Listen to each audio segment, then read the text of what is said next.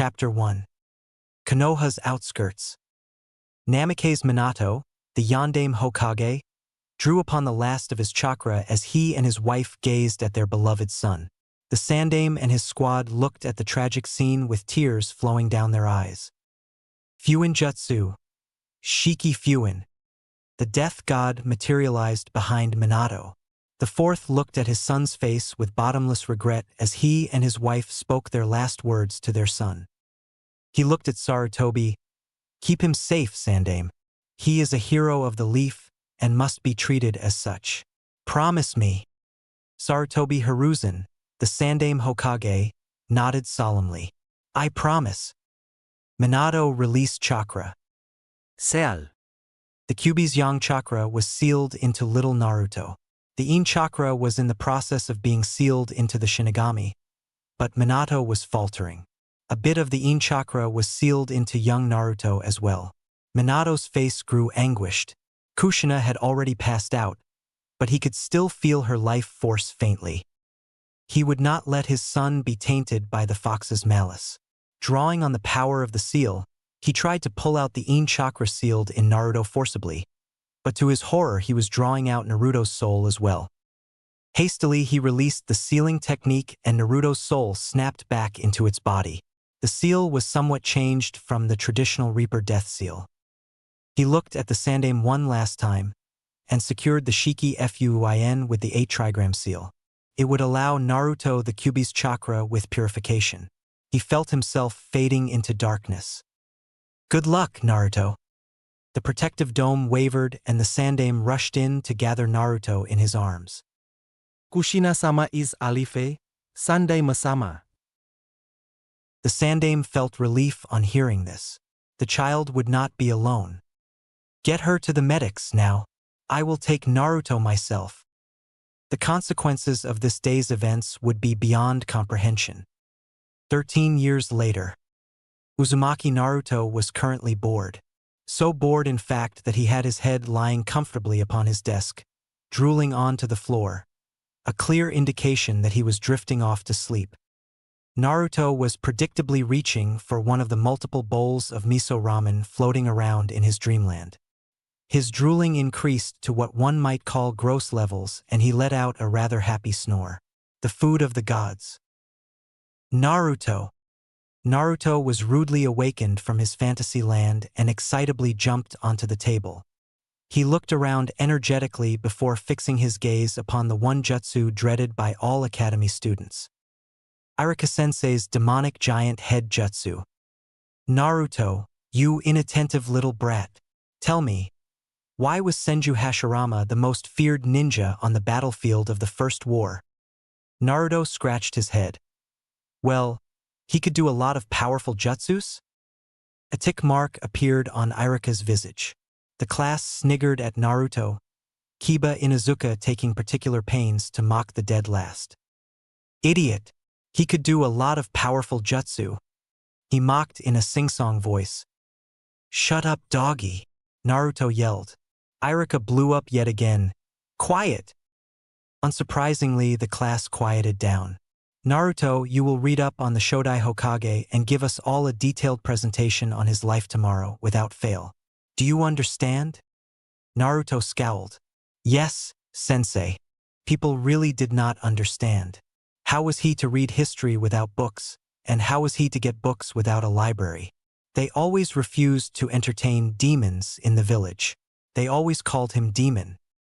Why? His musings were interrupted by Iruka calling for the class to follow him for meditation exercises. He distractedly followed the rest of the class. Once they were all assembled, Iruka asked them to place a leaf upon their forehead and concentrate upon it and it only. He said it would help them later in controlling chakra. "Hey forehead, I guess you won't have any worries of the leaf falling off your forehead, will you?" Naruto scoffed mentally at Ino and Sakura's bickering over Sasuke-kun. He had seen 2 graduating classes come and go, and this class was by far the worst to him. Sasuke the emo had turned away his friendship offer with harsh words. Sakura and Ino, intent on pleasing Broody, had always shot him down. Hinata fainted whenever he was within 3 feet of her. Ha! The other 2 batches were okay, compared to this one. He would have passed out with them too, if not for the bunshin technique that needed to be demonstrated at the exams. Unfortunately, he always produced a sickly version of himself that looked ready to die. Thus he had endured in the academy as a failure, a dobe. Sasuke always reminded him of being a dobe, along with Kiba. Anger filled him as he thought of the multiple taunts he had endured and the pointed glares he had received from the townsmen. Everyone seemed to hate him and he did not know why. Concentrate, Naruto, Iruka snapped at him. Sighing, Naruto focused his attention upon the leaf on the center of his forehead. It was hard for him to remain still. No matter what others thought of him, he tried his best in the classes, never slacking off.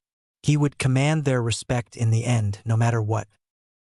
He closed his eyes and focused upon the leaf. Felt nice and calm. He showed himself to be a loudmouth and prankster for just one purpose only, to forget his childhood angst. If he kept thinking of his beatings and mistreatment, he would surely go mad. He had no happy memories, so he staved off his life's misery with pranks and such. Shrugging off his melancholy, he focused again. As usual, he felt the chakra of everyone in the room. He concentrated even more, and he could feel it. Calm and flowing. It was chakra, undoubtedly, but it felt so very different from his own. This felt powerful yet peaceful, intimidating but soothing. He felt connected to everybody. He could even feel the emotions of people around him. His always hyper-agitated mind felt calm for the first time, and he loved this feeling. He calmly let a dopey smile show on his face. Naruto. Naruto lazily opened his eyes. What, Iruka-sensei? That felt so nice and you had to break me. What were you doing, Naruto? There was blue chakra coming out of your body. Huh, there was? I felt so good. I could feel what all of you felt and their chakras. Iruka's eyes bugged out. Tell me then, Naruto, what was I feeling? Proud yet frustrated. Sasuke here was frustrated yet angry. Sakura was eager and horny. Ino was dash. Enough, Naruto, Iruka said, a tinge of pink in his cheeks. You will accompany me to Hokage-sama's office right now. Rest of the class is dismissed for the day. Go on. Time is almost up anyway. With a giant cheer, the class ran to the door, but the angry Sakura rushed at Naruto with her fist cocked. Sakura reached Naruto and swung her fist, much to the surprise of the entire class. Naruto ducked calmly, even without looking, causing Sakura to barrel into the desk and yell out in pain. The class was silent. Naruto had dodged that punch even without looking, as if he had eyes in the back of his head. Ha ha ha ha ha. Naruto was laughing, pointing at Sakura, who was crying. The class too broke out in smiles. Even Emo's mouth twitched a bit. Sakura gave Naruto a nasty glare and left sniffling. The class was empty at last, with only Naruto and Iruka in it. How did you dodge that punch, Naruto? Iruka asked curiously.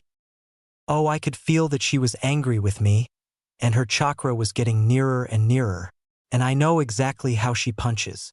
So it was easy for me to dodge her. Iruka looked impressed and beckoned him to follow to the Hokage's office. Naruto followed easily. God, he felt so much better after the leaf meditation thing. It was like he could feel the chakra of everyone within sight and their feelings to a certain degree. He could feel so many presences and their emotions as he proceeded towards the old man's office. Iruka knocked on the door and the old man's voice asked them to come in. Ah, Naruto. Iruka, to what do I owe this pleasure? Naruto, however, closed his eyes and extended his senses as he had done in the leaf exercise. For chakras, one felt like a raging fire, two felt like water, and the last felt like lightning. They all seemed bored yet aware, but the old man's chakra felt huge, like an ocean. He opened his eyes and looked at the old man in awe. Old man, I never knew you were so strong. The Hokage shot Iruka a questioning look. Ah, Hokage-sama, that is what I am here to talk about. It seems Naruto here has uncovered a very strong sensory ability during the leaf focus exercise. He could feel even the emotions of the people in the room along with Chakra. The Hokage looked astonished at Naruto. Well, Naruto, what am I feeling? Proud, surprised, and anxious? Can you feel anything or anyone else, Naruto? Yeah, I can feel for other chakras in this room. One feels like fire, two like water, and the last like lightning, and they all seem bored but alert. Sarutobi looked stunned, as did Irika. It seems you can sense natures as well, Naruto. This is an unexpected development. We need to test out the limits of this ability of yours. Close your eyes. Naruto closed his eyes. Now focus like you did in the leaf exercise. Keep your mind calm and try to imagine yourself as the leaf. You are floating on the wind, calmly. No anger, no emotions, just. Naruto followed the instructions of the old man diligently. The Hokage's voice was hypnotic and calmed down his semi-agitated mind. He was the leaf. Bright blue chakra exploded around Naruto. He could sense so many people. The feelings were so intense that he tuned them out. There were so many chakras in Konoha, but none were as strong as the old man, but a few came close. Now, Naruto, can you tell me what the chakra of the people near the North Gate feel like? Naruto could visualize Konoha in his mind's eye. Casting his senses in the north direction, he glimpsed the gate. There were two chakras there. They were incredibly bored, and one felt like water and the other like fire. Opening his eyes, he said as much to the fire shadow. The old man nodded slowly. This is a very rare ability you have there, Naruto. It is called the sensory ability, and you seem to have an extremely strong one. To sense even natures and emotions. You are the second person I have seen could do that. Naruto looked excited. Who was the first, old man? Tell me. Tell me. Sarutobi chuckled. It was my first sensei, Senju Hashirama. You know him as the Shodai Hokage. He had a special chakra that allowed him to sense like you do. At this, Sarutobi's eyes narrowed in thought. There was no reason for Naruto to have sensory abilities. True, Minato had the sensory abilities of the second, but that was not even close to the versatility of Naruto's ability. Naruto had both range and sense. The botched ceiling of the fox came to his mind. Sighing, he reached for one of the many scrolls stored in his desk. Listen carefully, Naruto. The ability you have should not go untrained. It can be a major asset for the village to have a sensor of your caliber. So to further your ability, I am giving you this scroll. It is a documentation of sensory skills penned by Hashirama-sensei himself. Here you might find ways of training your ability. Treat this carefully and keep it secret. Flabbergasted, Naruto received the scroll with reverence. A scroll written with the first Hokage's own hands. Thank you, old man. I will become the best sensor in Konoha. Believe it, Naruto said excitedly. I know you will, Naruto. Now run along. Naruto walked out of the building, cradling the scroll to his chest closely. Naruto's apartment. Naruto unfurled the scroll carefully, restraining his excitement. His excitement dropped down considerably when he saw only a small paragraph on the scroll. Calm your mind, focus upon nature. Extend the sense inward, not outward. Enter your subconscious and face yourself. To be one with nature is to be one with yourself. The balance of yin and yang is the balance of chakra in nature. This is called harmony. What did this even mean? Naruto was getting very frustrated with the cryptic scroll. He decided to continue with what the Sandaime had taught him. Closing his eyes, he calmed himself as he did before. Again, he could feel the chakras around him. There were two chakras near his apartment that were large and felt like fire, both of them. Shelving his anger at being watched, he continued with his sensory exercises. It was the same as before. What was he doing wrong? Extend the sense inward, not outward. He tried to sense his own chakra and was able to do so faintly. He tried even more and he was astonished. There seemed to be 3 chakras flowing in his body. One felt like pure malice, all anger and hate. The The second chakra felt familiar and comfortable like it was truly his own. But the third chakra felt soothing but so strong, so potent, felt like the opposite of the first. If anything, it felt like leaves, earth, and trees. He could feel this very chakra all around him, and it was steadily flowing into his body. The second familiar chakra was fading fast and was being replaced by the soothing strong chakra. He delved deeper into his very nature and blacked out. Drip, drip, drip. Naruto woke up in what seemed to be a sewer with bad lighting and water up to his knees. He groggily followed the passage, which opened to a cell with bars so high and large that its end was not visible. The doors of the cell were secured by a single piece of paper with seal written on it. He peered behind the cell, curiously feeling unfathomable amounts of chakra behind it. It felt malicious and full of hatred beyond human comprehension. His mind almost shut down in response. "Hello?" he called out weakly. What seemed to be a mass of darkness opened two glowing red eyes and stared at him. A deafening roar came out of the darkness, causing Naruto to backpedal frantically and fall on his ass. The glowing red eyes focused upon his own. "Ha ha ha, that was funny. Really, it was. The look on your face. You looked like a kid who had the stuffing scared out of him."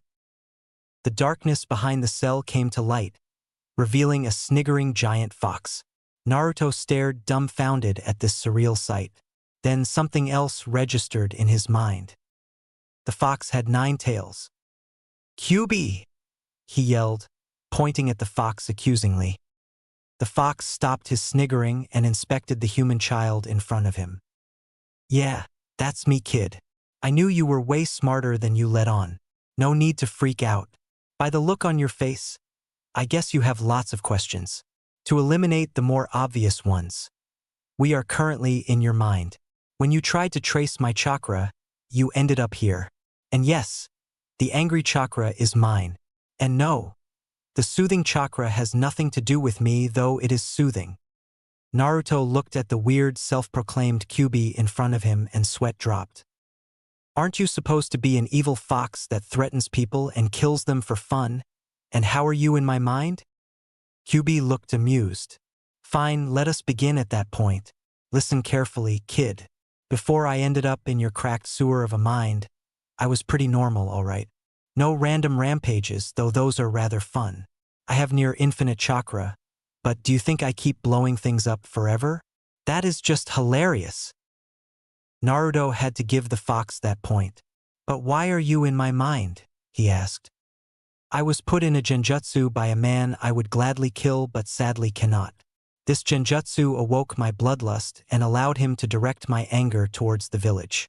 I went on a rampage killing many ninja, before the Yondaime Hokage confronted me and sealed me up in a newborn baby. You." Naruto was crushed. He could hardly think from the grief that filled his heart. His beloved fourth Hokage was the one that condemned him to a life full of misery and pain. Rage filled his heart as he thought of the numerous beatings, tortures, and neglect he had received from the villagers. Why was it him? Why? He had reasons, kid, and I will tell you those reasons if you will do something for me." Naruto looked at the QB with grief-filled eyes. "What do you want?" "Look around this place. Can you see the cracks everywhere?" Naruto could indeed see the cracks, spider webbing everywhere. The place looked like it was about to fall apart, but still held firm. The cracks seemed to radiate the same soothing chakra he had felt. "Yes, I can see it." "Good. Let me explain to you what seals are briefly.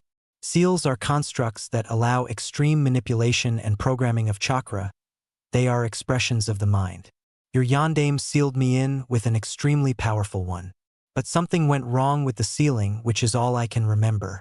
The cracks in this place indicate that there exists another aspect beneath this layer of the seal.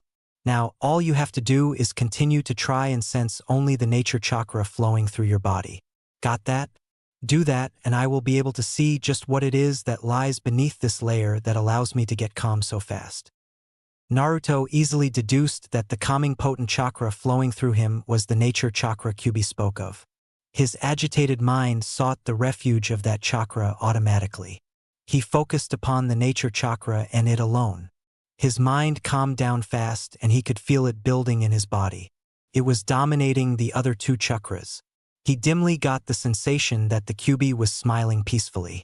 Shaking off his thoughts at such weirdness, he focused even more.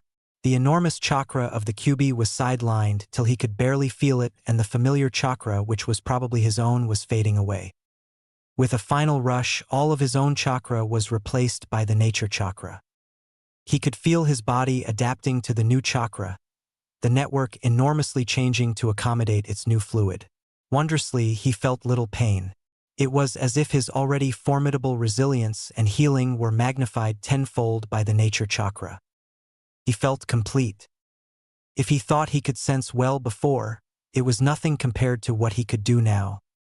He could sense everything. It was more reliable than his eyes, ears, and smell. He could sense chakra and emotions to an acute level. Hell, he could even sense the wind caressing his body, the blissful moisture in the air, and even the earth for miles and miles and all those connected to it. He opened his eyes and saw the smiling QB in its cell. His mind, as the QB put it, was now almost covered with cracks, and the water in the sewer was rushing chaotically in a rage. He had never felt this calm or strong before. His mind felt so clear and his thoughts so fluid. Now what, QB? The QB smiled beatifically. Kid, what you have done, only one person has ever done in history. Continue what you did before. Turn your senses inward, go on. Naruto determinedly turned his sense right back inward. Something was just beyond his reach. Just there. He began reaching for it. Unknown to him, the walls of his mindscape were close to bursting, but the QB's cell was intact. Naruto was in ecstasy. He had never felt this good before. So powerful, so strong. The forests around Konoha seemed alive. Each and every tree in Konoha seemed greener and glossier all of a sudden. It was almost as if nature itself was heralding a hitherto unseen event. Something sacred. Nature chakra filled Naruto's mind and body to the brim. He took in more and more. He could feel the imperfections of his body correcting themselves. His ramen-induced malnutrition was being erased completely. His pale and sickly skin was regaining its color. His pale yellow-colored hair was becoming burning gold in color. He could not even remember who he was in the torrent of potent nature chakra. Hashirama. The name floated in his head. He latched on to the name, trying to regain his identity. The chakra was ecstasy so strong that it was painful. Hashirama. There was that name again. It meant something. What did it mean? He opened his eyes and could see the QB clearly. It seemed to be shocked in a foxy sort of way. Suddenly the fox faded out of sight and visions assaulted his mind. So clear that he could say he lived them. Thousands upon thousands of them. An entire lifetime. Visions of wars and peace made by him. Of treaties and trust created by him. Of love and betrayal experienced by him. They all assaulted him with the force of a battering ram. He was reeling. But through it all, there was a sense of unfathomable power, indomitable will and bottomless compassion and love. A name. He needed a name. Who was he? The memories continued through childhood, youth, and up to a battle with his dearest friend. Battles fought and lost. Comrades gone and saved. These were too vivid and the feelings too personal to be just visions. They were memories. He could not stand it anymore. It was too much. He was dimly aware of himself screaming at the top of his voice, and he could sense inconceivable amounts of chakra being released by him. Naruto. He was Naruto. Names were beginning to associate themselves to the memories he had just experienced. Sarutobi Hiruzen. Uchiha Izuna. Mitokado Hamura. Shimura Danzo. Senju Toka. Tsunade. Nawaki. Senju Tobarama. Uchiha Madara. The names went on and on, with the memories associating themselves again with names and integrating themselves into his persona firmly. He had now lived two lives. A short life of a child called Naruto, and the illustrious life of a man, no a legend. Senju Hashirama. He was both Senju Hashirama and Uzumaki Naruto. His personalities were merging, both old and new. He suddenly gave out, wanting to escape the strain of two lives lived. He blissfully slipped into slumber. But Naruto's unconscious mind was working overtime. His chakra network was being modified to suit the needs of the legendary chakra of the Shodai. His muscles were being rebuilt by the nature chakra from their near-atrophied state to something much stronger. But his mind was undergoing the greatest change, incorporating the extremely massive knowledge and experience of Hashirama into itself. Any saplings planted in Konoha suddenly burst into trees. Flowers bloomed everywhere in Konoha's forests as if it were springtime. Something wonderful was being returned to the world. The next day, the alarm clock blared hard, causing Naruto to wake up abruptly and bring down his fist hard on the damn thing. Crash. The clock and the table on which it was seated broke into pieces, splinters flying everywhere. The noise caused Naruto to wake up with a rush. He stared blearily at his wall clock, noting that he had around 10 minutes to get to the academy. His return to consciousness brought to attention the unmasking of his previous life. He knew somehow that it was no transfer of memories or skills, no experiment gone right or wrong. It was him remembering his previous life. He was both Hashirama and Naruto. He needed to think on this more. A crisis of identity never did good to anyone. He glanced at his table. Mokutan. Platform of wood. Instantaneously, trees sprouted from the floor and reshaped themselves into a rough approximation of a table. He grimaced. It seemed that he did not have the control and muscle memory he had in his previous life. Those had to be reintegrated still. Evidently, the lack of chakra control was an aspect of his life as Naruto. Shrugging off his pondering, he put on his orange jumpsuit and rushed to the academy. He could think more as he slept at class.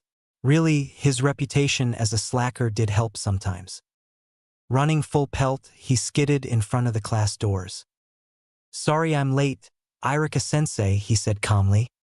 The class, including Irika, seemed stunned at Naruto's new look. Though he still wore his horrible orange jumpsuit, he looked cool. His golden hair seemed to have grown to shoulder length. His body seemed extremely toned and solid, but what caught them all were his eyes. The beautiful cerulean blue was gone, replaced by deep forest green eyes. The color, though striking, was not important. It was the look in them that pierced his classmates and sensei, the look of compassion and love, shrewdness and joviality, most of all an agelessness and power that transcended human comprehension. Naruto had changed drastically.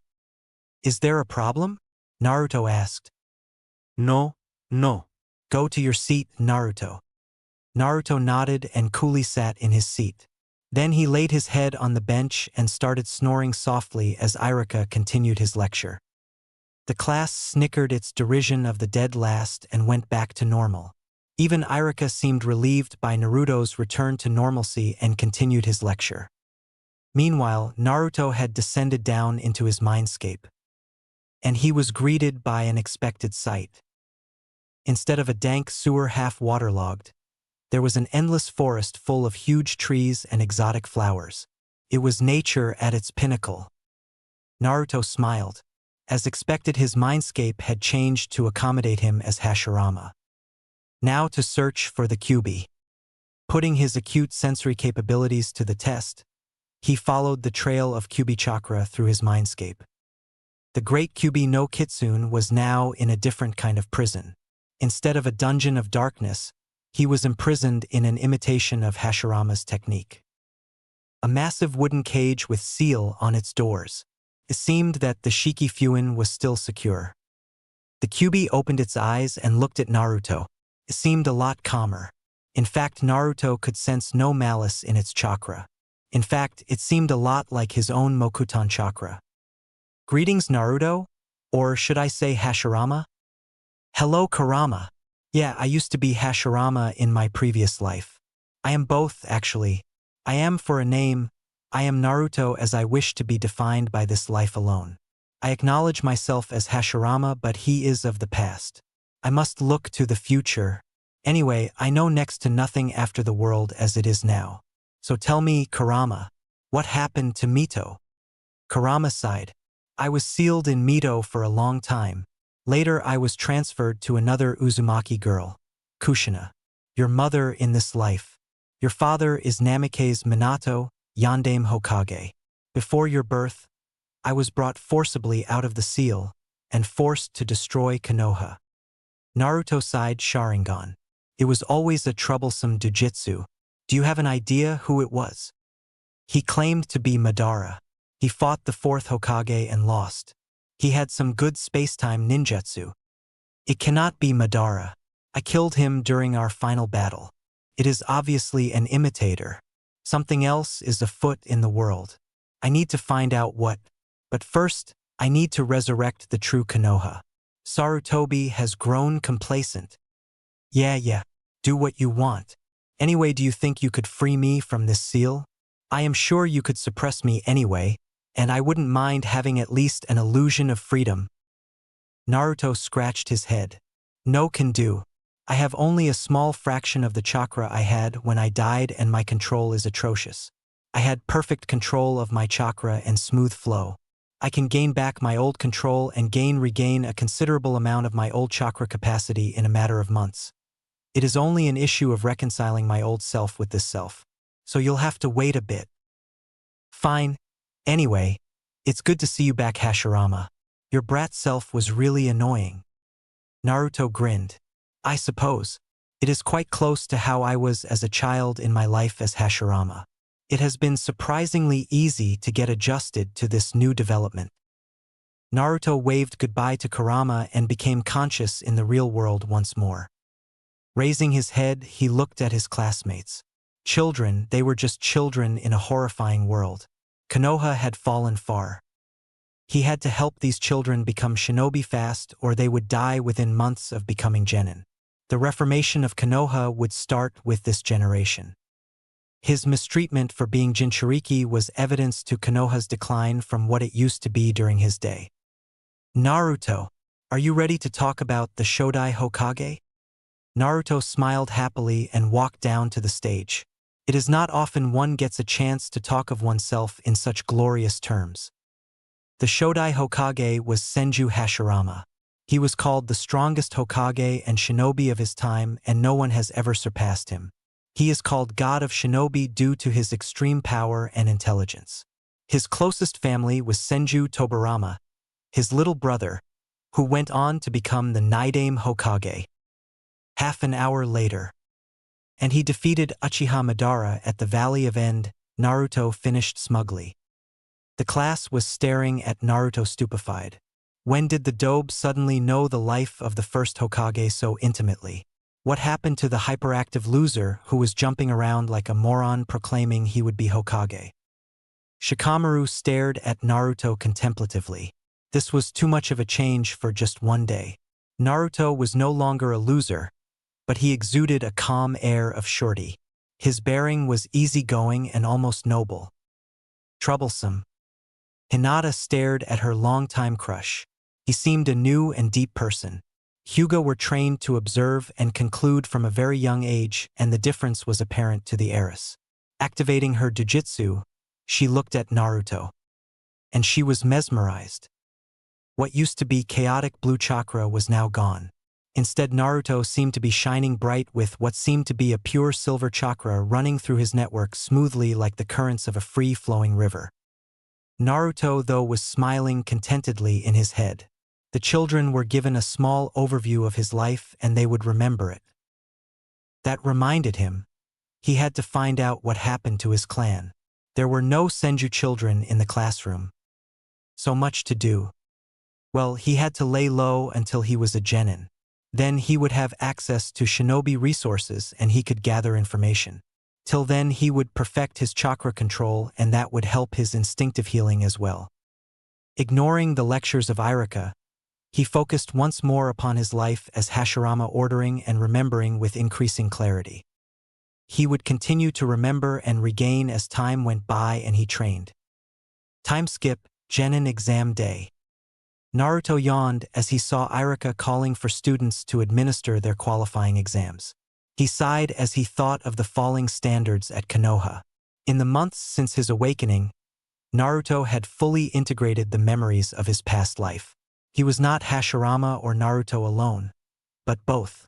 His chakra control had skyrocketed, and it was almost the level it had been near his death. Absolute perfection. He had not yet tried his Mokutan Jutsu on a large scale, but he could feel that it would be easy as before. His chakra capacity was about 1/10 his original capacity and growing rapidly, and his affinity to Doton and Suiton was as strong as ever. Surprisingly, he had sensed in himself a Futon affinity but not trained in it. It would look less suspicious anyway when he would have to actually work for something. His conversations with Kurama were most enlightening. He learned a lot of his mother, Uzumaki Kushina, and her life. Evidently she was quite the Kenjutsu and Suiton user, strong enough to rival the Yondaime. She also taught the Yondaime the art of Fuinjutsu. Her fate was still not clear to him. Kurama said she was still alive at the end of the ceiling, which meant she could have abandoned him. Not that he had any need for a parental figure. He had outgrown that in a different lifetime. Sighing, he put away any thoughts of Uzumaki Kushina. He had studied the books of history to catch up on what was happening in the shinobi world since his death. Apparently, the Uchiha were all slaughtered by their own prodigy Itachi. Itachi had then gone on to torture his brother mentally before sparing him. He certainly sympathized with the poor Uchiha child and held no ill will towards him for his broody and ill-tempered nature. He needed to help the Uchiha child most of all, so he remained a dead last so he could be placed on that team. Uzumaki Naruto Mizuki called. Naruto always knew there was something about Mizuki that set him on edge. After his awakening, it became even more apparent as he could sense the Chunin's hostile intent from about a mile away. He pushed away thoughts of traitorous ninja and went to his teachers. He had a test to clear. He faced Irika. "All right, Naruto. Perform the Bunshin, Henge, and Kawarimi in that order, and you will pass." Naruto smiled. He performed the Bunshin all right. He did the perverted Oiroke no Jutsu version of Henge that amused him to no end. After waking up from a nosebleed that knocked him out, Irika cajoled him into performing a perfect Henge, which he did, transforming himself to Hashirama. He then did a proper Kawarimi and walked out with a Konoha Hitaiate. After many skeptical responses from the children at the fact that he had actually passed and congratulations from Hinata, he settled down in front of the academy. Closing his eyes, he extended his sensory abilities all over Konoha. His sensing range was greater than in his previous life, and he could sense 20 kilometers in every direction. He could tell the chakra natures of the ninja, their emotions, their capacity, and he could even visualize the world in great detail for 3 kilometers in all directions. It was like a Byakugan without the ability to see Tenketsu. He spread his calming chakra all over the village, feeling the effects on the village. His village. He would always be here to protect the village he had founded. He could sense an incoming chakra, which had a Doton nature. The emotions were hostile, and upon deeper sensing, he concluded it was Mizuki. "Naruto?" came Mizuki's voice. "Mizuki-sensei, is there a problem?" Naruto asked. No. "I come here with an extra test for you, which upon passing you will be made the Rookie of the Year. Smooth, real smooth. I have deceived and destroyed entire armies during war. My power literally rearranged the map of Konoha. You think to fool me with such pathetic excuses?" Naruto thought. He would go along with this and see what Mizuki was planning. He could clearly sense the Chunin's urgency and greed. "What is this test, Mizuki-sensei?" "All you have to do is sneak into the Hokage's tower and steal the Scroll of Seals. Get the scroll back to me and I will put it where it belongs. So what do you say, will you take the test?" Yes. When he took down Mizuki, he would have to keep the power he exhibited down to a genin level. It would not do for the world to know that Senju Hashirama was amongst them too early. He suppressed his chakra to his former near Kage level quantity and shot off towards the tower. He could sense Sarutobi in his office. He grinned evilly. He knew just what would take care of the old pervert. He faced the Hokage as soon as he sneaked into his office. Naruto, what are you doing here? Oiroke no jutsu. Naruto yelled, transforming into a scantily clad, adorable girl. The Hokage flew back with a nosebleed. He hastily grabbed the scroll of sealing that was sticking out from the bunch of scrolls arranged on a rack and made a run for it. He could clearly sense the Hokage's puzzlement and a flare of his chakra. He could feel Sarutobi's chakra surround him, and he could trace it back to the office. He concluded that he was being watched. Anyway, he happily opened the scroll of sealing and scanned the jutsu inside. All were familiar to him. Various elemental techniques, Shunshin and Kage Shuriken no Jutsu. He was particularly intrigued by the Kage Bunshin technique. It seemed a good substitute for his wood clone, even if a little inferior. He could comprehend the Kenjutsu fast enough. He was Senju Hashirama after all. Suddenly he could feel a chakra approaching him. Arika. He calmly waited for the man to approach him. Naruto, what are you doing with that scroll? Mizuki-sensei asked me to get this scroll for the rookie position. I passed. Isn't that great, Irika-sensei? Naruto exclaimed, jumping up and down childishly. Yes, that's great, Naruto. Now give me the scroll. Mizuki's voice joined the unfolding drama.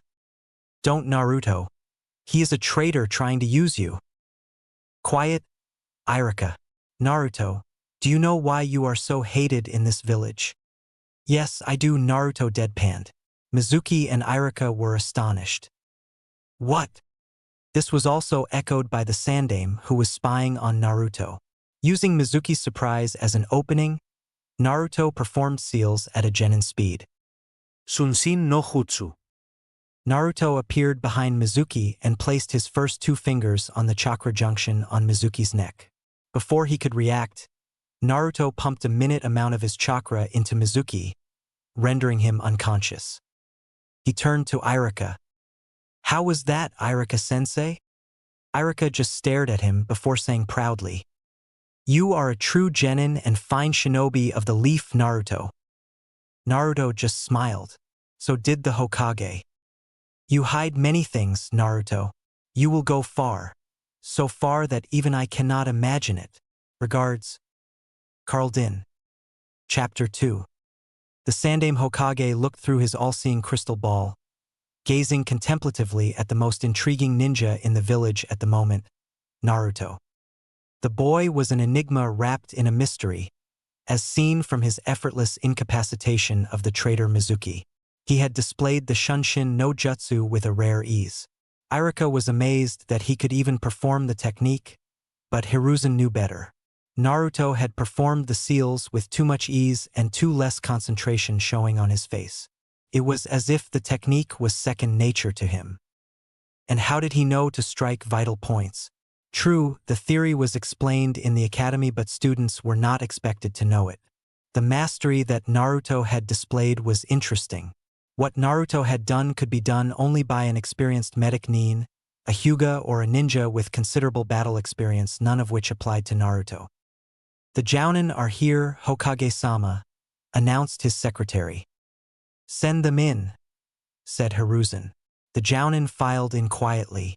Asuma, Kurenai, Aoba, Kakashi, and other Jounin here for their team assignments stood at attention waiting for him to speak. Well, Kakashi not so much. The pervert, as usual, was reading his beloved Ika Ika series. The Sandaime looked at the book closely and his eyes grew round. A limited series edition of Ika Ika Violence. This was pure gold. He had to get this meeting over with as soon as possible and get that book from Kakashi. He grinned his closet pervert grin at the prospect. Kurenai coughed, noticing Kakashi reading the damned book and the Sandaime trying really hard to get a look at the book without being obvious about it. Hokage-sama, don't we have team assignments to do? She asked primly. Hiruzen cleared his throat, looking disappointed. Yes, we do. Now then, these are the teams assigned. Oba will get Team 1 consisting of. He went on until. Hatake Kakashi will get Team 7 consisting of Uchiha Sasuke, Haruno Sakura and Uzumaki Naruto. Kakashi looked up mildly interested, nodded and went back to his reading. Hiruzen could understand that. Team 8 will be Hyuga Hinata, Inuzuka Kiba and Aburame Shino under Yuhi Kurenai. The beautiful Kurenai nodded. Team 9 is still in circulation. Therefore, Team 10 will be Nara Shikamaru, Akimichi Chuji and Yamanaka Ino under Sarutobi Asuma. Asuma nodded, pleased at the fact that the second-generation Ino Shikacho trio was under him. Hiruzen looked at them all. This completes the team assignments for this year's Genin. You will have today to observe your assigned Genin and will have to begin operation from tomorrow. Good luck to you all. The Jounin nodded solemnly and turned to leave. Kakashi, stay back. We have some important matters to discuss, Hiruzen ordered, looking intently at the treasure trove in Kakashi's hands. Kurenai looked at the two of them disgustedly before exiting. Next day at the academy. Naruto waited patiently for his sensei Hatake Kakashi to make his appearance. He was assigned to Team 7 along with Sasuke and Sakura. This would be an excellent opportunity for him to test the strength of the current Jounin of the village. He had to take care not to let loose though. He had a tendency to do that in a good fight. He knew well that he had Hiruzen's eye on him even more than usual from his display with Mizuki. The secret of his true identity could not be given out lightly, even to his former student. He would have to probe Hiruzen closely and judge how much his student had changed over the years. Kakashi was already running late by 2 hours, and the irritation from this fact was showing on the faces of both his teammates. Sasuke looked like a thundercloud. Naruto observed him closely and suppressed a smile. The kid looked exactly like Tobirama did when he was that age. Same stoic demeanor, same lack of speech and irritation with fangirls. The only thing difference was a sense of arrogance Sasuke had picked up along the way. Oh well, he could change that. After all, he had mentored far more stubborn kids and turned them into great ninja. Hiruzen himself was a case in point. The boy was obviously slightly unstable. The mental torture he had purportedly suffered could be an effect of Tsukuyomi, and that would be bad. The whole Uchiha affair felt wrong to him. Clan prodigies don't usually go nuts and slaughter their clan at the drop of a hat. Uchiha Itachi obviously had a good reason for doing what he did, and he had also incited Sasuke's hatred for a reason. Sasuke, like the impressionable child, had fallen neck deep into hatred and vengeance. The child was suffering. The Uchiha mess bore more investigation. He still had little knowledge of what happened after he was gone. Hearsay, books and rumors were not real sources of knowledge as they were always fabricated. He would know, as he had done the fabricating himself when he was Hokage. What unnerved him was that the Senju clan had just disappeared, and the only known descendant was Tsunade. He smiled again as he thought of his granddaughter. He had spoiled her so much when she was little. It made him proud when he found out that Tsunade had made such a name for herself in the shinobi world. His little girl had grown so much. His thoughts were interrupted as the door opened and a tall, lean man with gravity-defying spiky white hair walked in. Opening his senses, he began to investigate the chakra of Hatake Kakashi. Team 7. You are late, Sakura yelled. Hi Kakashi, smilingly. My first impression of you are all boring. Meet me on the roof. He disappeared with a leaf shunshin. Naruto too disappeared with a shunshin, stunning his teammates. On the roof. Naruto stared at Kakashi as he appeared on the roof with his jutsu. The Jounin hardly looked surprised, which meant that he was informed of what little capability he had shown. He was intensely reading an orange-colored book, but Naruto could see that he was very aware of his surroundings and was watching his student closely. He continued sensing Kakashi's chakra. The Jounin had about as much chakra as he did before his awakening, which was good. He could sense 3 natures in the man's chakra: Raitun, Doton, and Suetun. Not bad. And he could sense something all too familiar about his covered eye. Sharingan. He sensed the chakra surrounding the eye carefully. The chakra emanating from the eye was far more sinister than a normal Sharingan. Manjikyu Sharingan. Either his sensei was a power-hungry maniac, or he had experienced intense loss. The latter option seemed more plausible, as he was a shinobi under Hiruzen. Also, his emotions were all over the place. Surprise, regret, pride. Why would the man feel pride? This man was intriguing. He would have to find out more about him. His musings were interrupted when Sakura and Sasuke joined them. Kakashi put down the book and began speaking. Good you are here. Took you long enough. Anyway, start introducing yourselves. You, Pinky, start. Scowling at being christened Pinky, Sakura replied. Why don't you go first and give us an example, sensei? Kakashi sighed. Fine. My name is Hatake Kakashi. I have many likes. Dislikes are too many to name. My dream is none of your business. I have many hobbies. He finished and stared expectantly at Sakura. Naruto's sweat dropped. He had just gotten the name of the man. My name is Haruno Sakura. I like. She blushed and stared at Sasuke. I dislike Naruto. Naruto shook his head. Children. My hobbies are. She glanced at Sasuke again.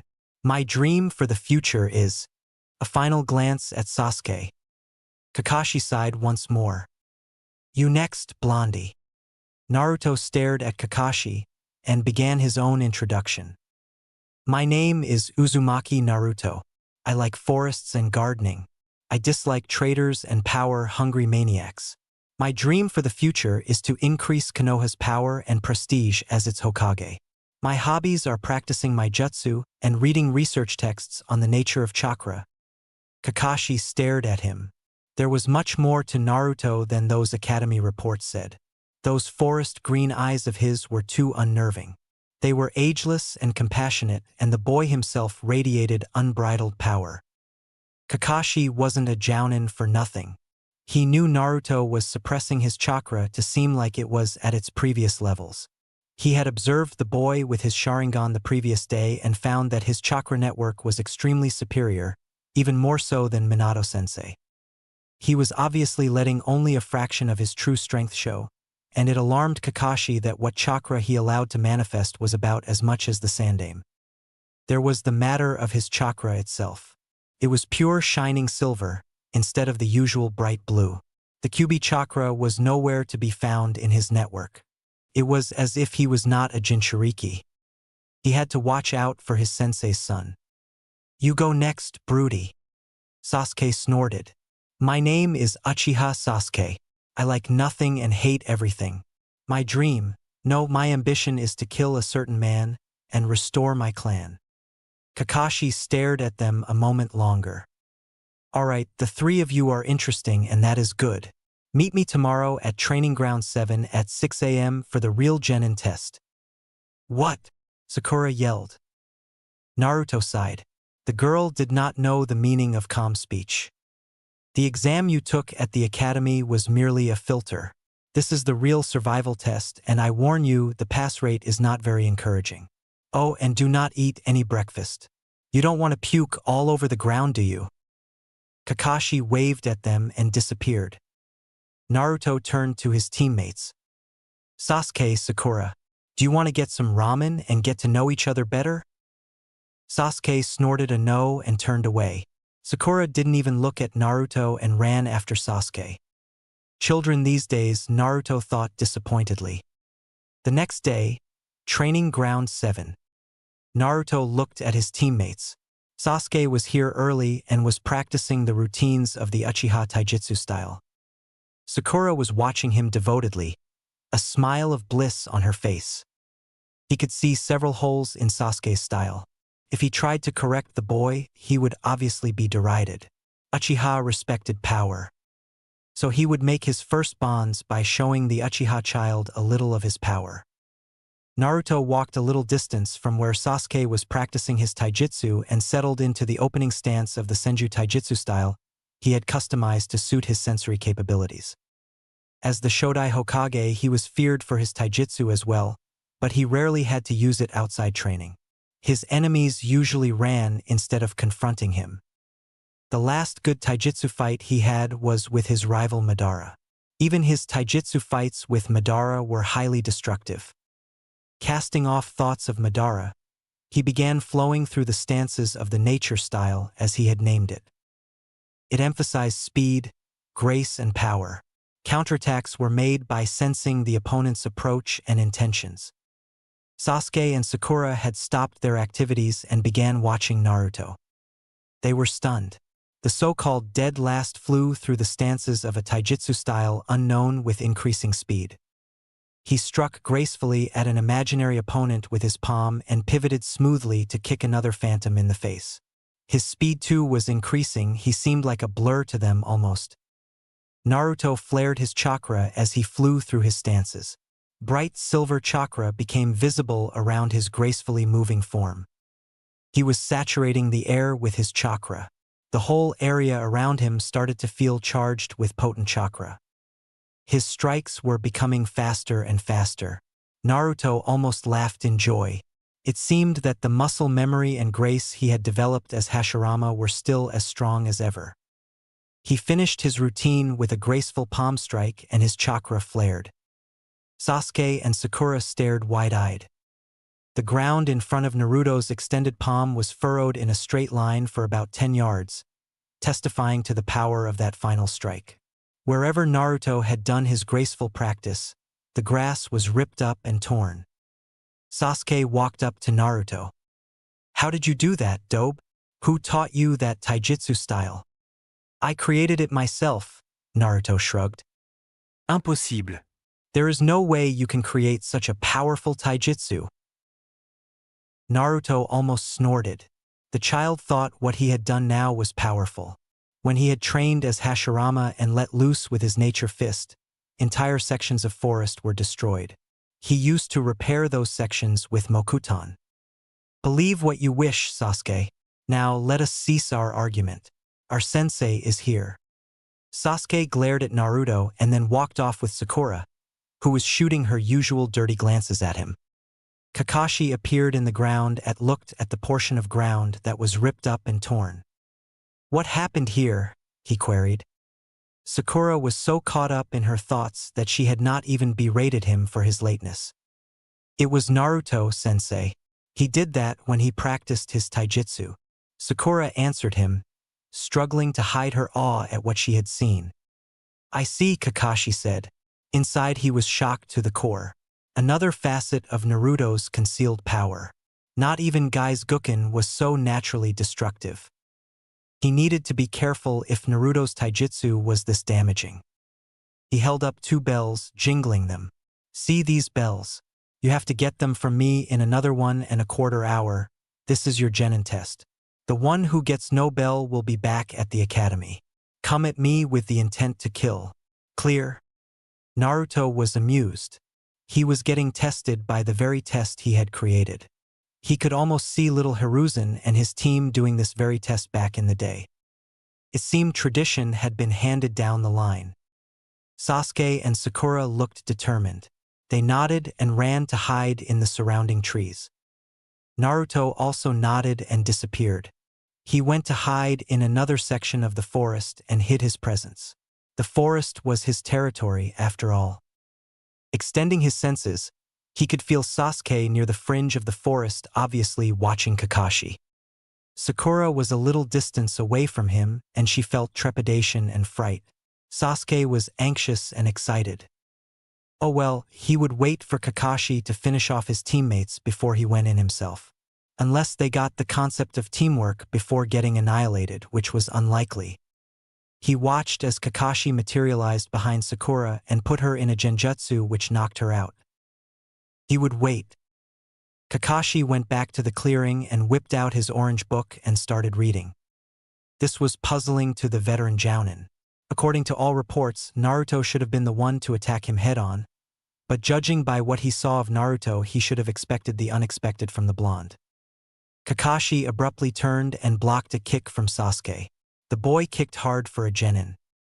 They engaged in a reasonably fast-paced taijutsu match. Sasuke used the typical Uchiha taijutsu, which was rather ineffective without the Sharingan. He could have knocked the kid out within an instant, but he pushed him to innovate and get unpredictable. But it was in vain. The kid had no adaptability or creativity. Getting bored, he knocked away the Uchiha with a rather gentle kick. Sasuke looked angered that he was cast away so easily. "I am different from the others," he said to Kakashi with gritted teeth. "I am sure you are." Kakashi could sense a buildup of chakra in the boy, and he recognized the hand seals that were used. Not bad, the boy had learned some good stuff. He pocketed his book. Katon. Gokakyu no Jutsu. Sasuke had spit out a medium-sized fireball at Kakashi, who just disappeared. The fireball left a small crater where he had stood. Sasuke looked around frantically for his missing sensei. Before he knew it, he was buried underground with just his head sticking out. "Doton. Shinjuzanshu no Jutsu," Kakashi said calmly. The boy was good, but he had missed the point of the test. He just had to wait for Naruto. It was too bad this team would fail. Naruto was deep in thought as he saw Kakashi dispatch Sasuke with ease.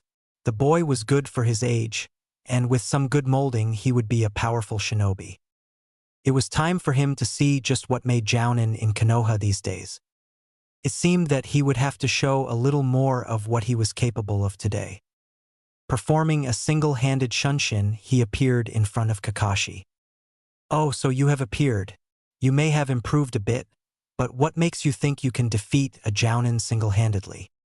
Naruto smiled. "Stuff it, Kakashi-sensei. I know you want us to work as a team, but you must understand that there is a flaw in this test." Kakashi's eyes widened considerably and then narrowed at him. "It seems you have understood, but what flaw are you talking about?" Teamwork is developed through bonds of experiences, and cannot be expected to bloom from nothing, and that too among three people who don't even know each other. But anyway, I will get the bells and we will pass. Kakashi narrowed his eyes once more. "You overestimate yourself, Naruto." Naruto gathered and flared enough chakra to match Kakashi, showing a faint silver aura around his body. He held up the half-ram seal and disappeared. Kakashi was astonished at the kid's mastery of the Shunshin technique. He barely had time to think as Naruto appeared behind him and aimed a kick at his head. Underestimating Naruto, he did something foolish. He blocked the kick and was sent crashing into the trees 100 yards away for his trouble. Sasuke stared wide-eyed at the power exhibited by Naruto. What had happened to the dobe? Naruto extended his senses and felt Kakashi behind him. "You substituted with a shadow clone before you hit the trees, didn't you?" Naruto asked, pleased. Kakashi nodded and pocketed his book again. The kid had hit as hard as Guy with his weights off. He was truly something else. Naruto disappeared with another Shunshin and attacked Kakashi with a palm, and the duo engaged in a fierce taijutsu battle. Kakashi was good. He blocked each strike of the nature fist and dispersed the chakra concentrated in his strikes with great expertise. Naruto was impressed with the Jounin. "You are good, Kakashi-sensei." "You are too good, Naruto. Where did you learn this style of fighting?" "I created this style. It is mine and mine alone. So why don't you bring out that Sharingan of yours? Let us take it up to the next level." Kakashi was floored. He felt as if he was the one who was being tested. The blonde-haired genin was too good. Way too good. He had landed debilitating strikes and was obviously holding back massively. "Fine, I will." Naruto stared at the mature Sharingan eye of Kakashi. He felt a disturbance in his own chakra and calmed it with a single thought. "My chakra is special, Kakashi. Such simple genjutsu won't work on me." Kakashi stared at him for a moment before disappearing with a blur of speed and attacking him with a high kick. Naruto dodged it, and once again they began their taijutsu battle. Kakashi was able to dodge and counter most of his strikes easily thanks to his Sharingan. Their battle was escalating. To Sasuke, they were simply blurs that created small craters when they touched the ground. His mind was stirring with jealousy and awe. How was this possible? Naruto was going toe-to-toe with a jounin and was not even breathing hard. Kakashi's prowess at taijutsu was excellent. Naruto grinned happily. He had to do this more often. Slipping under Kakashi's punch, he dealt a moderately powered palm to his chest. Kakashi flew back and landed on the ground with a backflip. He blurred through a series of hand seals. Suetun, Tepidama. Balls of water at high velocity flew at Naruto. He dodged them all with amazing grace and efficiency and gathered a massive amount of chakra that manifested as an extremely bright cloak of silver chakra. They had about 10 minutes to the end of the test. Kakashi too gathered his chakra in preparation to counter the genin's jutsu. Naruto again did the unexpected and disappeared with an extremely high-powered shunshin.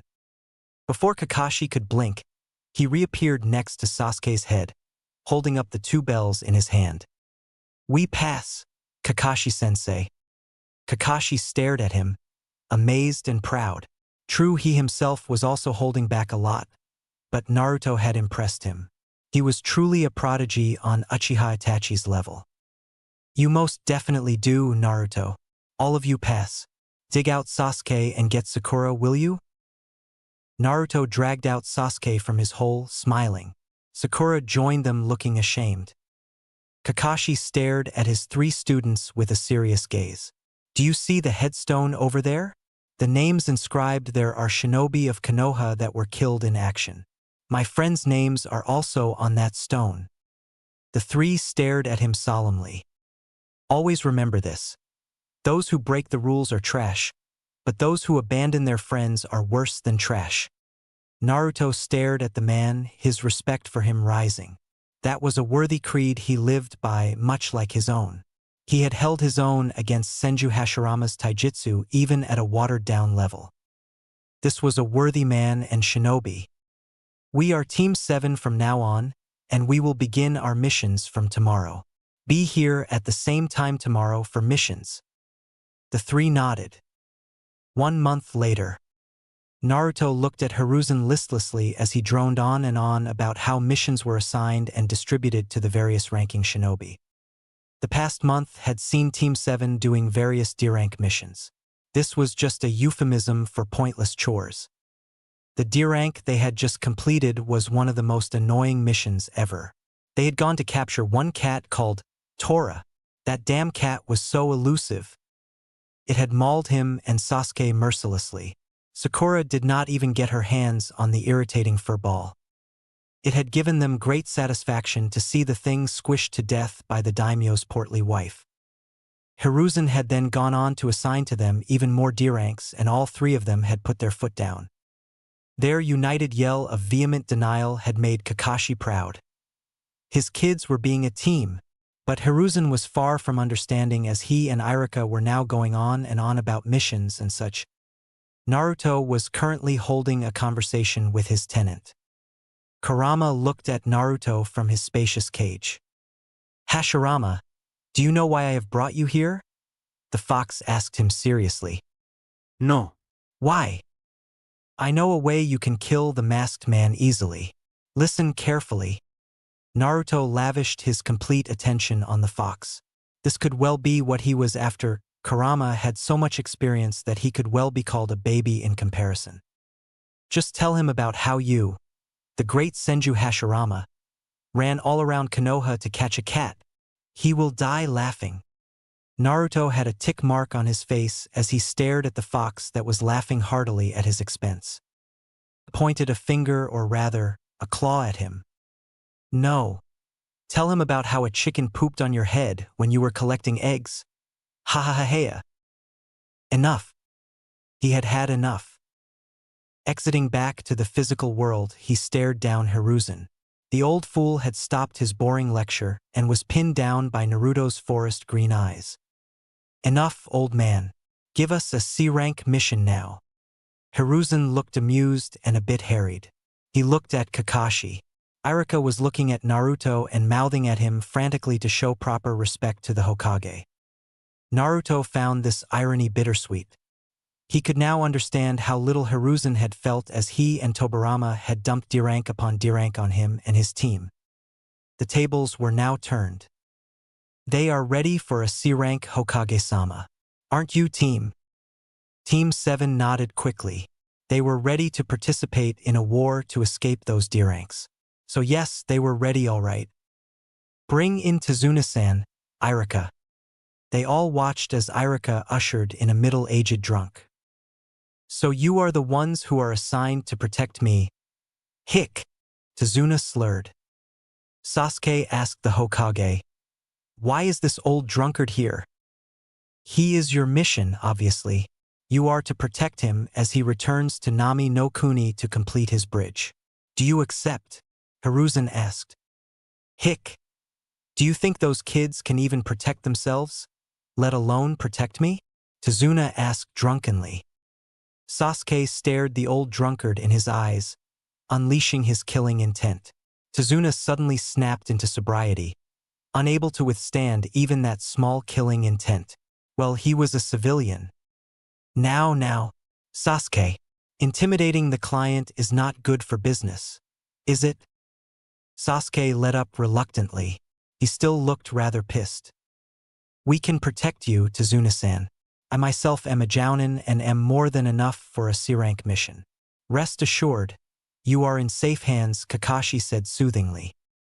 Naruto could sense apprehension and deception floating off the old drunkard. He was obviously lying about the mission parameters. They would need to be on guard. "We leave tomorrow at first light. Meet us at North Gate," Tazuna-san, Kakashi said. The next day, road to Wave Country. Sasuke stared at Naruto. The Uchiha had spent the previous month researching the Uchiha archives for any record of the kind of taijutsu Naruto used. He had never heard of such a style. Each strike seemed to be infused with chakra and required perfect chakra control.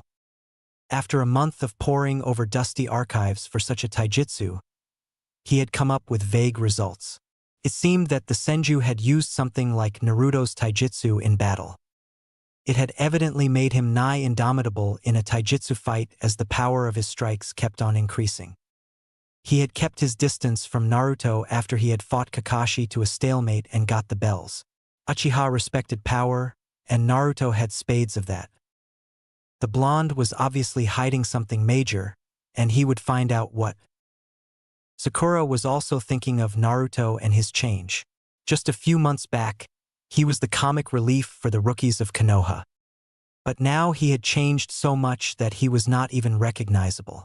He used to be more of a little shrimp who wore bright orange and shouted about how he would be the Hokage. But now he was different. He still retained his bright personality, but he seemed wise and compassionate. Oh, and powerful. Untrained though she was, the aura of strength that surrounded Naruto of late did not go unnoticed by her, or by anyone else. The rest of the rookies had asked Sakura just what had happened to the prank-loving dobe. She had no answers for them. But she did know that Naruto was far beyond the reach of any mere genin. This realization had sobered her up. She had then resolved to actually train and stop holding Naruto and Sasuke back. She refused to be the weak link for Team 7.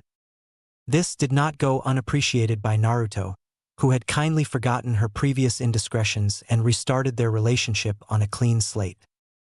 She was happy. Team 7 was her family and she did not let down family.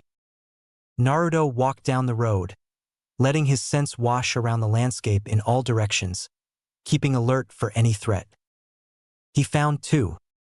Said threats were currently disguised as puddles of water. He smirked in his mind. Seriously, that was a very substandard genjutsu. 1, it had not rained the previous day, and 2, there was no real water source nearby. Any ninja worth his salt would have noticed the two idiots. Both had water-natured chakras. He knew Sasuke and Kakashi had also noticed the puddles, by the fluctuation in their emotions. He looked at Sasuke and nodded. He received a nod in acknowledgement. Kakashi seemed as oblivious as ever. Suddenly the two puddles became ninja who wielded chain blades. They pounced upon Kakashi and tore him to shreds. Sakura let out a high-pitched shriek and froze on the spot.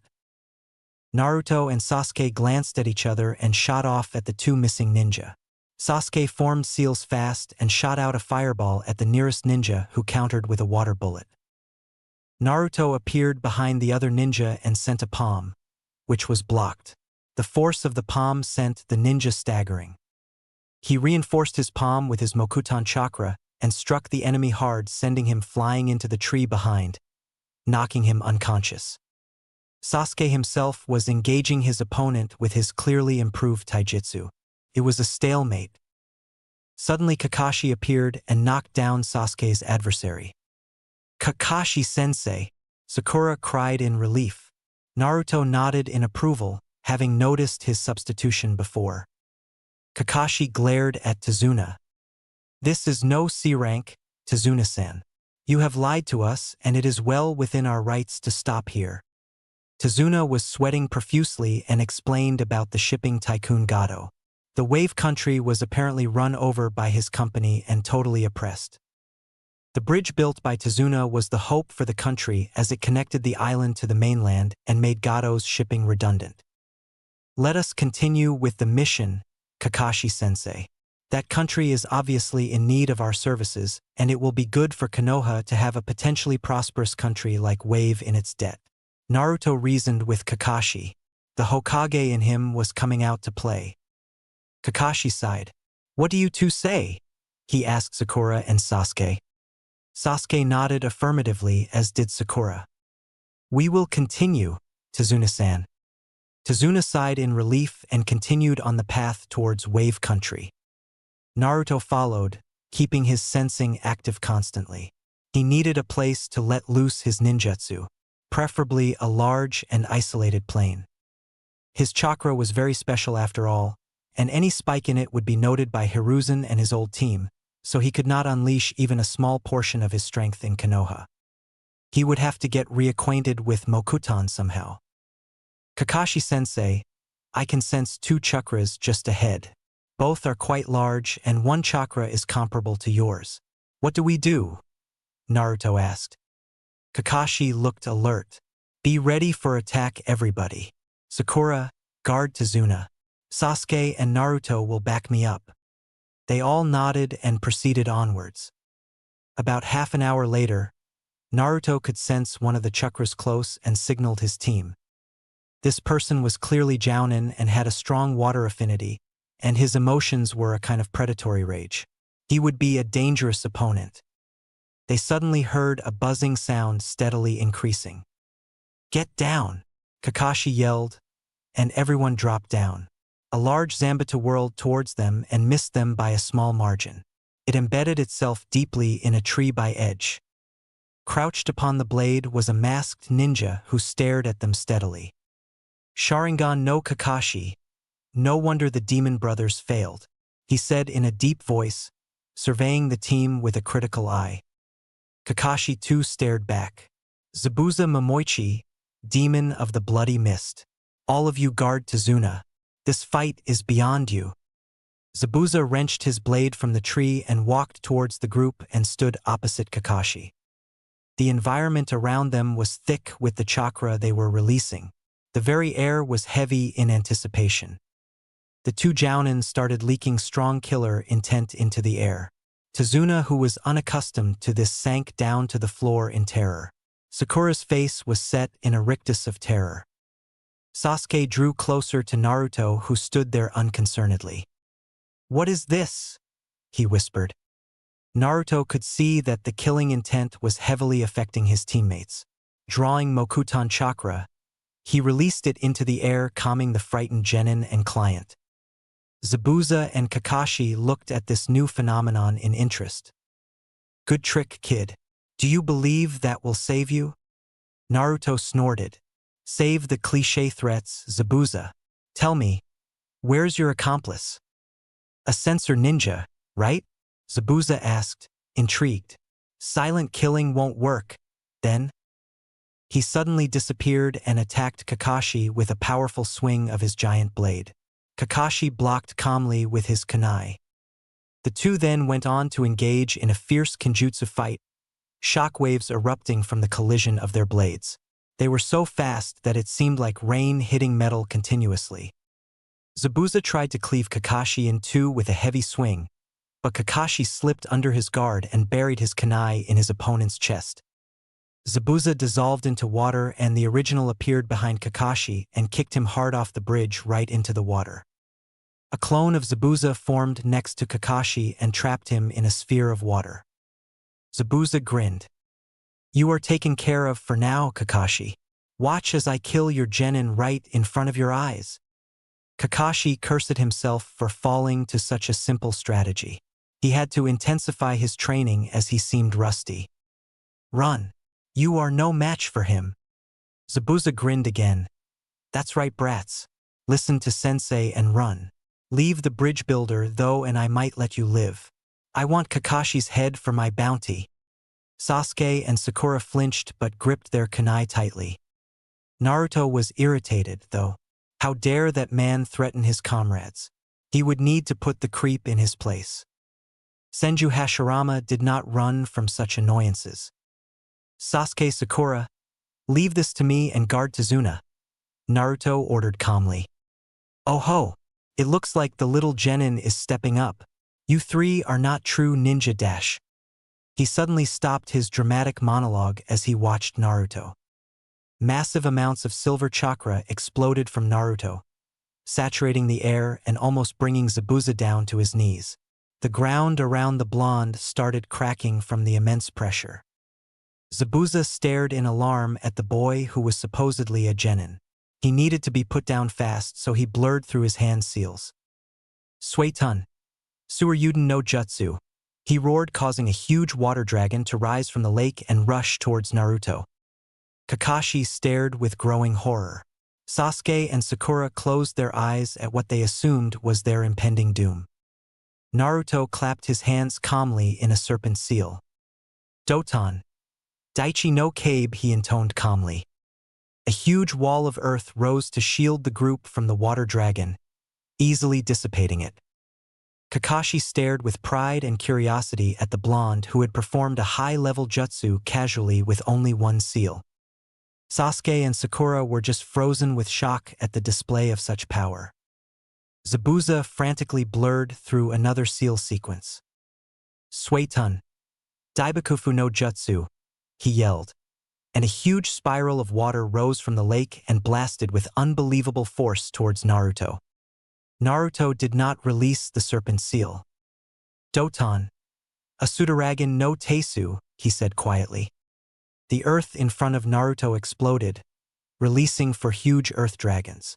Two of them neutralized the onrushing water jutsu, and two collided with Zabuza, sending him flying. He was obviously grievously injured when he landed heavily on the shore. Before Naruto could finish the job, the dormant accomplice appeared and ran with Zabuza fast. Kakashi appeared next to Naruto. "Leave them, we will be ready for them later. Tazuna-san, lead the way to your house. Sakura and Sasuke, protect him." The three nodded and went on, still staring at Naruto with awe. Kakashi gave Naruto a hard glare. "You have a lot to answer for, Naruto." Chapter 3. Tazuna's house, Nami no Kuni. It was the day after Team 7 confronted Zabuza. A day after Naruto drove Zabuza back effortlessly and ignited suspicion in Kakashi's mind. Naruto sat at the shore of Wave Country, the wind ruffling his hair. He waited for sunrise and Kakashi with a calm look on his face. He had thought long and hard as to what to say to Kakashi and decided upon a course of action.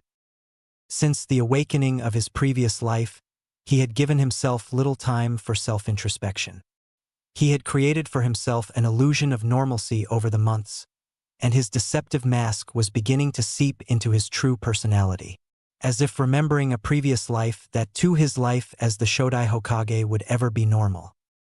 The ease with which he had forced a supposedly a rank criminal to flee forced him to truly confront his awakening. There was always a niggling doubt in his mind that he had gone mad, but the fight with Zabuza had erased that doubt forever, even more so than the tussle with Kakashi a month ago.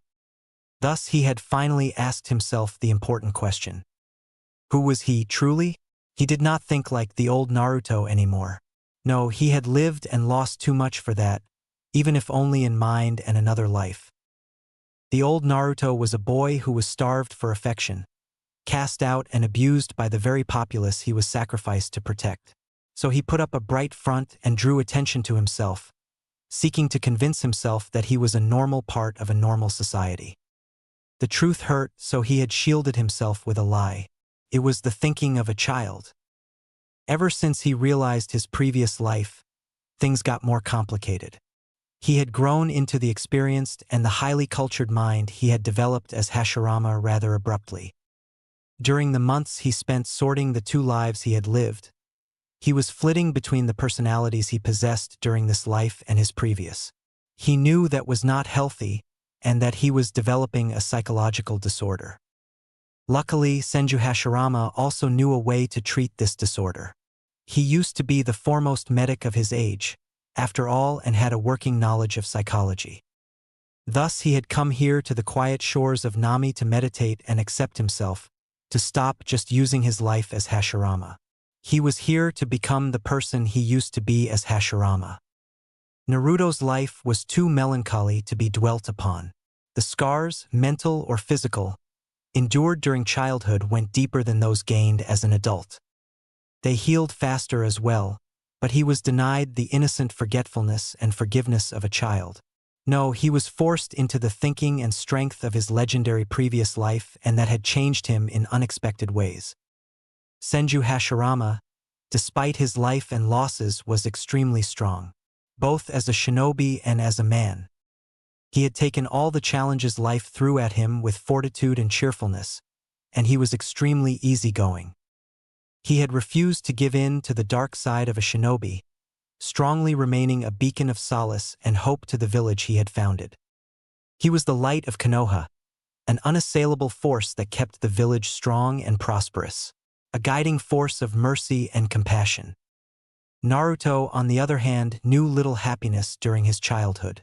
Stripped of parents, love, and forced to survive in a cold and hostile village, he had developed a sad and melancholy view of life and was considerably confused and angry. He now drew solace from his life as Hashirama. The love Hashirama had in his life was enough to heal the hatred in Naruto's. He would stop letting this life's trauma darkening his true self. The first light of dawn washed over the shore, causing Naruto to look up at the beautiful scene with a smile on his face. An epiphany struck him at that point. He did not have to answer the question of who he was, not yet. He was still a child now. He would continue as the Shodai Hokage in mind and let the future shape him into a new person. The sun broke out in earnest, casting everything in the fresh light of dawn. Naruto could feel the confusion, anger, and resentment he had been hiding since the awakening draining away. He could feel the unshakable calm and assurance he had felt as the first returning. It was faith in himself and his strength, faith in his precious people. He now appreciated his rebirth for what it was, a second chance. It was a second chance for him to protect what was precious to him, to lift Konoha back to its greatness, back to the village that held kindness and camaraderie, loyalty and faith above everything else. That resolution left him with a feeling he had been missing for the entire duration of this life: peace and contentment. He felt more like himself than he ever did as Naruto or as Hashirama. The golden age of Konoha would be back, and he would do his best to make that happen. This time he would guide Konoha to be stronger than ever before. The legacy of the Senju clan would not fade away. The wind blew once more, causing his shoulder-length blonde hair to fly as he stood up, neither as Naruto the attention-craving and damaged boy, nor as Naruto who was desperately trying to choose between two lives. No, he stood up as the reborn Shodai Hokage, who was tempered by the trauma of his second childhood. He was wiser for it, but not darker. He could sense a familiar chakra approaching him. It was time for him to tell Kakashi the truth. Trust had to be freely given, and he had come to the conclusion that Kakashi was a ninja who had the will of fire burning brightly within him. A shinobi worthy of his trust. Kakashi walked towards the place he had asked Naruto to meet him at. He had directed Sasuke and Sakura to do the tree climbing exercise, and left them to it. He knew that Naruto had extremely perfect chakra control. One could not perform those earth jutsu with just a single seal without that much control, even if one had a very strong affinity. Naruto was an enigma, and he would get his answers today. He would care for Naruto the way Minato had taken care of him. Kakashi made his way beside Naruto, who was calmly staring at the newly risen sun, and tapped him on the shoulder. "Well, Naruto?" Naruto turned to face him and Kakashi gave a gasp. Naruto had changed even more. His blazing forest green eyes had held compassion that should not be seen on any child. But now they held resolve as well, unearthly resolve. Those eyes at least were old. His face, though, was quite cheerful. He seemed to have thrown a great weight off his soul. He almost looked like Minato-sensei. "Hey, Kakashi-sensei, so you are here for answers, right? You want to know how I have changed so much?" Kakashi snorted, amused. "Yeah, that is why I am here. I'll keep your secrets as long as they are of no harm to Konoha. Oh, and don't bother to lie. I will be watching you closely with my Sharingan." "Cool. Don't worry, Kakashi-sensei. I won't lie." Kakashi nodded. "So, right?" Naruto sat down with crossed legs, a thoughtful look on his face. He cast out his senses for intruders and found just two people sufficiently far from their position. Just as a precaution, he put up a very powerful silencing barrier. "You do know of the botched ceiling, I believe?" Kakashi stared wide-eyed. "You know of Kyuubi? How is that possible? Who told you?" Naruto waved his hand unconcernedly. "I met the fox and he told me everything about the ceiling. Except for the fourth's mistake. Neither he nor I know what happened then." "You met the Kyuubi? You must be careful, Naruto. That thing is pure evil." Naruto snorted. "No, not really. It is just a bored immortal fox with a great deal of power on its hands. Even I will die eventually and it will be free one day, so it can wait. A century means nothing to the bijou, you know?" Kakashi just stared. "Anyway, I know that Yondaime was my father, and Uzumaki Kushina is my mother." Naruto looked at him meaningfully. Kakashi sighed. "I did not expect this day to come so soon. Yes, my sensei the Yondaime was your father, and your mother is alive. She did not abandon you, by the way. She loved you too much for that. But you must ask the Sandaime for details, though, as I have no idea why she left." Naruto was happy. His mother had not left him callously. He would definitely grill Hiruzen for answers, though. "That is a relief to hear. I would have forgiven her anyway. Family is too precious to throw away so easily. Is it not?" Kakashi looked at him in wonder. "You are no child, Naruto, nor are you a mere genin. Tell me, who are you?" Naruto was laughing. "You hit the nail right on its head, Kakashi-sensei. I will tell you, don't worry. Anyway, the mistake during the ceiling had awakened something in me that is impossible for any soul to awaken. It is truly the Shinigami's gift to me." Kakashi looked serious. "What did you awaken?" "It did not happen until a few months ago, when my old sensory abilities manifested stronger than ever. Has to do with the absorption of my Uzumaki chakra, I guess." Naruto started mumbling theories. His tangential thought process was cut off by Kakashi's sharp voice. "What do you mean, your old sensory abilities, Naruto? Just what did you awaken?" Naruto looked Kakashi in the eyes. "Watch closely, Kakashi-sensei. You will not believe what I say without me showing you." Naruto turned to the opposing shore, which was just visible. Tezuna's half-complete bridge lay far to their left. He gazed at the bridge, calculating and visualizing. He turned back to the opposite shore and gathered his chakra. Kakashi looked on as chakra exploded from Naruto once more. A massive amount. How could a boy of 13 release so much chakra and not even blink? He waited for Naruto to do something. He saw Naruto perform the serpent seal, and he could see chakra being molded in an unfamiliar way with his Sharingan. Was it an earth jutsu again?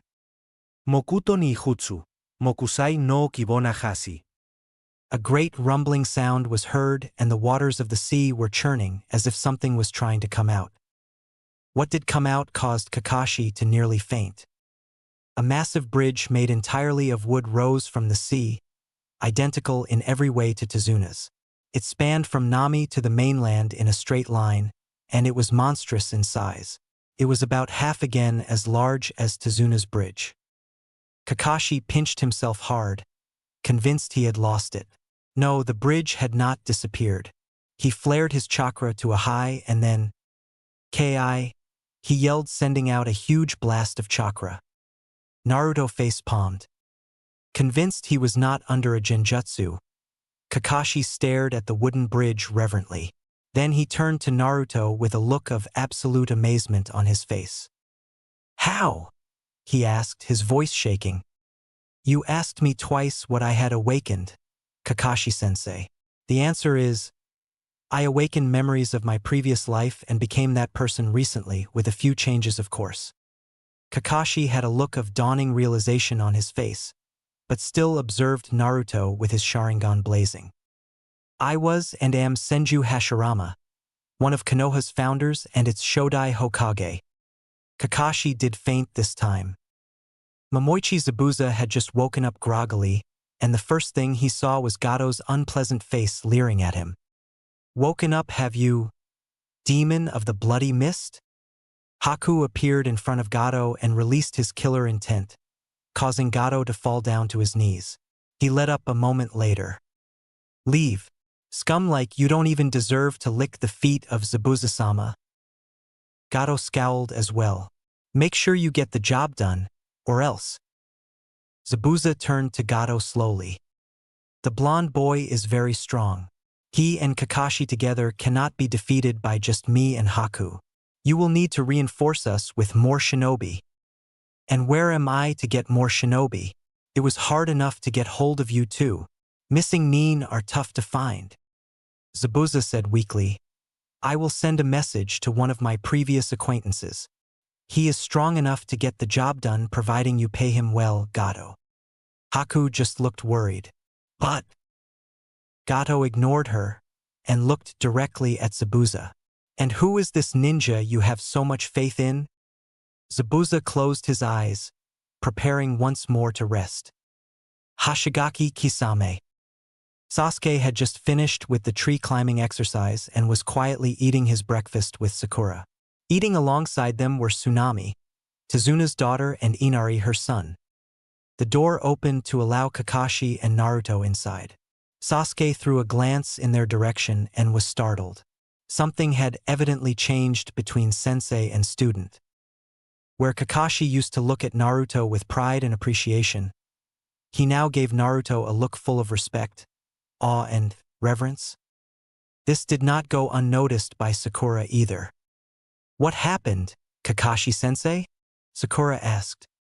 Kakashi glanced at them and his expression changed to his usual bored face. "Things happened," he said listlessly. Sasuke gave his trademark response, "Ichin." Sakura looked at Naruto. "Why were you not there for training, Naruto?" "The tree climbing exercise? I already know it, Sakura-chan," Naruto said cheerfully. Sakura was about to retort, but remembered Naruto's exploits at the bridge again. He would probably know the exercise at that. Inari suddenly spoke up. "Why do you all bother, anyway? Gato is going to kill you all. He is too strong for anybody." The shinobi all gave him a deadpan little shrimp, looked unnerved by their silent glares. "Why are you all looking at me like that? You have no idea how strong Gato is. You have no idea what we have suffered." Sasuke looked disgusted at that statement, Sakura looked irritated, and Kakashi just went back to his reading. Naruto had sympathy on his face as he looked at the kid. "We have all suffered, child. More than you can possibly imagine. Don't worry, Inari. You will soon see something that will restore your faith. All of you will," Naruto said, looking at all of the family of three with satisfaction. What do you mean? Tazuna asked. Naruto looked at Sasuke and Sakura as well. Come with me to the bridge, will you? You will see something remarkable. Sasuke snorted. What are you talking about? Naruto just looked overexcited now. Come on! And he appeared behind his teammates and started dragging them off, ignoring their vehement complaints. Kakashi just smiled at Tazuna and his family. He is right. You will see something that will stay with you the rest of your lives.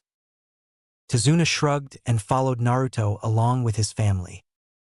Inari just looked pissed, as did Sasuke as they walked behind Naruto and Kakashi towards the bridge which was coming into sight. Naruto just laughed at their identical expression. They reached the bridge entrance after a 15-minute walk. We are here, Dope. What is it you wanted us to see? Sasuke asked with extreme irritation upon his face. Look to your right, Sasuke, Naruto said mischievously. They all did and felt their jaws drop. Tazuna and his family stared at the completed and massive all-wood bridge as if it were their salvation. Tears ran down their faces as they realized they were saved. They were saved. Inari started laughing through his tears as did Tsunami. Tazuna fell on his knees. Sasuke and Sakura lifted up their hands in the ram seal and simultaneously yelled, Kai! Kakashi bonked them on their heads. Don't bother, I did that too. It's real. Sakura looked at Naruto with just one question written all over her face. How? I have Mokuton, Naruto said happily. His teammates looked stunned. I don't believe you, it must be something else, Sasuke said pointedly. Sakura just stared at him skeptically. What is Mokuton? Tazuna asked curiously, getting over his astonishment over seeing the wooden bridge. It is the most revered bloodline in Konoha, possessed by the Shodai Hokage. The power he wielded with Mokuton is almost a fairy tale. It is said that he created Konoha's core area and the forests surrounding it with a single jutsu. Sakura recited from what seemed like rote memory. The bridge builder and his family looked awed. Inari looked at Naruto with an expression dangerously resembling the one on Sasuke's fangirls. And you have it, Naruto Aizen? He says he does. But there is no way he can have it, Sasuke said snidely. Mokuton Haijutsu, Shinboku no Jasho, Naruto intoned, looking smugly at Sasuke. A beautiful cherry tree rose up from the earth behind them and stood about 30 feet high, spreading its branches over them all. Its bright pink blossoms showered down upon them softly, thanks to the force of its birth. Beautiful, Sakura whispered in reverent awe. Dobe. Sasuke seemed lost for words, as did Tazuna and family. Kakashi pitied them all. If only they knew that it was the Shodai himself who was wielding the wood release in front of them. Sasuke, Naruto showed you and Sakura his Mokuton as a measure of his trust in you. Please do not say anything about it to anybody until I say it is fine. Got it? Sasuke and Sakura just nodded dumbly. I need you to promise me. I promise, Sasuke said reluctantly, echoed by Sakura, Tazuna, and the others. Sasuke turned to Naruto. So you created that wooden bridge all by yourself? I find that hard to believe, Dobe, even if you have wood release. Only Hashirama-sama could create things on such a scale. Naruto started. That was way too close to the truth, and he was content with only Kakashi knowing it for the time being. Believe me, it took the last of my chakra, Sasuke, and I had to take a soldier pill to replenish my lost stores. I was literally crawling after doing that. Naruto lied unconvincingly. If he had one thing common in both lives, it was that he could not lie to save his life. Fortunately, Sasuke swallowed up that lame excuse, but Sakura looked skeptical still. But one look from Kakashi told her to drop the matter. Kakashi stared hard at Sasuke. Naruto will use Mokuton only in the direst of situations, so do not bother him about it. It is not something to be used frivolously, as it is the most sacred and coveted of Konoha's bloodlines. Clear? Sasuke nodded again. Naruto heaved a sigh of relief. He could now practice his ninjutsu without fear of discovery by Konoha's higher echelons. Tazuna turned to Naruto and spoke, "Is wood not easily combustible? That bridge can be burnt down easily." Naruto replied nonchalantly, "Relax, Tazuna-san. That bridge is as durable as stone and about as combustible. So you need not worry about it." Tazuna was convinced. He bowed low to Naruto. "You are a hero to Nami, Naruto-san. My capabilities must not be revealed, Tazuna-san. This is all I demand for my services. Can you deliver?" "I swear, Naruto-san. Your secret is safe with me and my family." Naruto nodded. One day later, Naruto opened his eyes, stopping his meditation. He was currently trying to bring back the purity and potency his chakra had back in his other life. That would take him at least another 3 to 4 years, by which time he estimated that his old capacity too would return. But what made Naruto shiver in excitement was that his growth would not stop there. Oh no, it would continue at the rate of an Uzumaki and a Senju, which he knew was astronomical. He grinned excitedly. His chakra capacity this time would be much higher than his chakra capacity as Hashirama, which was a truly frightening prospect. In the age of the founding Kage, Hashirama was said to be the foremost Kage. He had enough strength to casually calm the rage of 9 Bijou simultaneously. They called him the strongest shinobi to exist since the Rikudo Sannin. That strength multiplied by 2, even by 3. This time, he would have the strength to protect his precious ones and his village. "Take that, Madara," the child in him proclaimed, which was pretty much all of him. He did used to be called frivolous and childish by the entire Senju clan. His trip to his happy place was interrupted by a bonk on his head. Turning indignantly, he saw the emo face of his teammate, Uchiha Sasuke. "Dobe, can I talk to you for a second?" Sasuke queried with a constipated look on his face. Naruto looked closely at him. He seemed to be in discomfort. "Bowel problems?" the medic in him asked with concern. Sasuke looked ready to kill him. A light bulb flashed in his head. That's why he looks like that. Not easy to let go of your pride. Sasuke? Sasuke seemed to have calmed down. "Can you tell me how you move so fast in a battle? I know it is a ninjutsu. What is it called?" Naruto looked at him in interest. "A polite Sasuke?" "Team, it is called the Shunshin no Jutsu. Yes, you can use it too. But to use it like I do with just one seal requires absolute mastery of chakra control, or to dedicate a lot of time to the Shunshin itself. Why do you ask?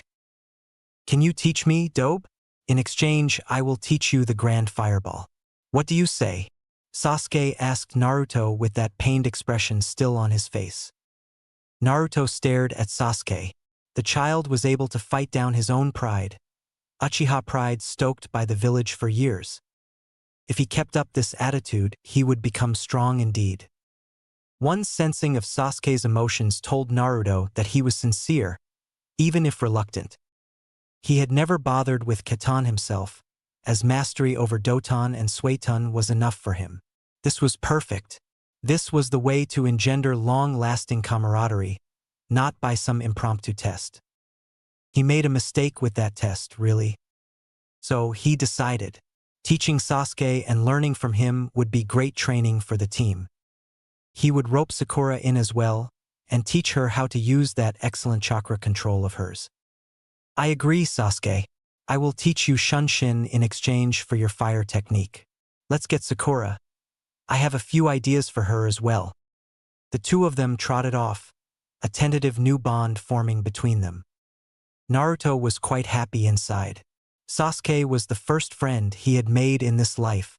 Even the experience and maturity of him being Hashirama reborn did not fill the void left by lack of friends. It intensified it, actually. Hashirama had thrived on friendship, love, and loyalty. Resolve filled Naruto. I will make him a powerful shinobi. 3 days later, Naruto looked at Sasuke with satisfaction. The Uchiha could now perform a shunshin with the proper hand seal sequence. He was quite slow with it by his standards, but it would do. Sakura had also progressed well with Genjutsu. Naruto was considering teaching her how to augment her strength with chakra, seeing she had good control. She even had good enough control to be a good medic. But time was lacking before Gato attacked them, tried to destroy the bridge or both. Presumably he would go recruit much more powerful ninja. So he always kept his senses extended so he could sense any threats. Kakashi was being annoying as well. The Jounin had insisted on deferring to him whenever they were in private, calling him Shodai-sama. That had irritated him to no end, and he had put his foot down firmly, telling Kakashi that he was still Naruto, albeit one that remembered his previous life. That definitely did not change who he was at the core. Kakashi had finally understood, but insisted that they were equals at least. The thought of treating the legendary Shodai as a subordinate made him really uncomfortable. Naruto had conceded, but he had re-emphasized his point that he was the Shodai reborn into this life, so he would try to redefine himself into something more. As he looked around at the training ground idly, an anomaly came to his attention. It seemed that a massive chakra with a water affiliation was rapidly approaching the bridges, presumably to destroy them. Gato had made his move. Kakashi-sensei, I can sense a massive chakra with a really strong water affinity heading towards the bridges. What do you think we should do? Kakashi turned towards Naruto. How massive is the chakra, Naruto? He still fumbled with the name. I can match him, but only just. I can outlast him with my chakra control, though. Kakashi was alarmed. A ninja with as much chakra as the Shodai? Naruto must have sensed his discomfiture, for he replied. Do not worry, Kakashi-sensei. Currently I am at about a fifth of my old strength. The body of a child, even an Uzumaki child, can handle only so much chakra. I will grow back into my old strength and more in a few years. Kakashi looked relieved. It is clearly a diversionary tactic, Naruto. They hope to separate us. Naruto nodded. Kakashi continued. Gato would not hire multiple missing nin of this much strength, as it would threaten his own position. So we can assume safely that this person you sensed was the only new hire. Would you check to be sure? Naruto cast out his senses at full strength and checked 7 kilometers in all directions. Except for the one he had sensed, there was no one else notable. Just the one. Kakashi started thinking aloud again. We can assume 2 things. One, Gato's base is at least more than 7 kilometers from here, as you could not sense Zabuza. Naruto agreed with him. And secondly, we can now be 100% sure that Gato has hired only one missing nin. How do you figure that? Naruto asked curiously. Zabuza knows that you are a sensory type, but he has no way of knowing your extraordinary range. The strongest sensor in the 7 swordsmen had a range of 3 kilometers, so Zabuza would have assumed that much as well. So if you could sense no one at full strength, it means that there is indeed no one, as the enemy will have underestimated your sensing range. Naruto gave Kakashi a look of respect and nodded. A great jounin indeed. I can tell you one last thing, though. The one rushing towards the bridge is probably one of Zabuza's acquaintances, as Gato does not have his fingers deep in the shinobi missing nin world. Yet, Kakashi looked towards his other 2 students. Go on, Naruto prodded. Sakura and Sasuke had by now finished their training and were walking leisurely towards them. By your description of his massive chakra and strong water affinity, it is most likely Hashigaki Kisame. Naruto looked intrigued. Can you tell me more about him? I only know that he has so much chakra that he is dubbed the tailless-tailed beast, and he possesses the great sword Samahata, which consumes the chakra of its opponents. So it would be better if you go and deal with him, while I stay here and defend Tazuna-san. Naruto understood. Kakashi had proved himself as worthy of his reputation once again. An excellent analysis, Kakashi-sensei. Now I need to be going. Make Zabuza bite the dirt for me. Will you? Kakashi chuckled and nodded. Naruto disappeared with a shunshin. Where is he going? Sakura asked. Kakashi turned to them. Gato has made his move. Zabuza and his accomplice will most likely attack here, so get ready. Sakura and Sasuke looked excited and nodded. Kakashi directed them to begin evacuating Tazuna and family to a safe place so they could fight the enemy unhindered. Naruto appeared on the bridge he had raised with a series of fast shunshin.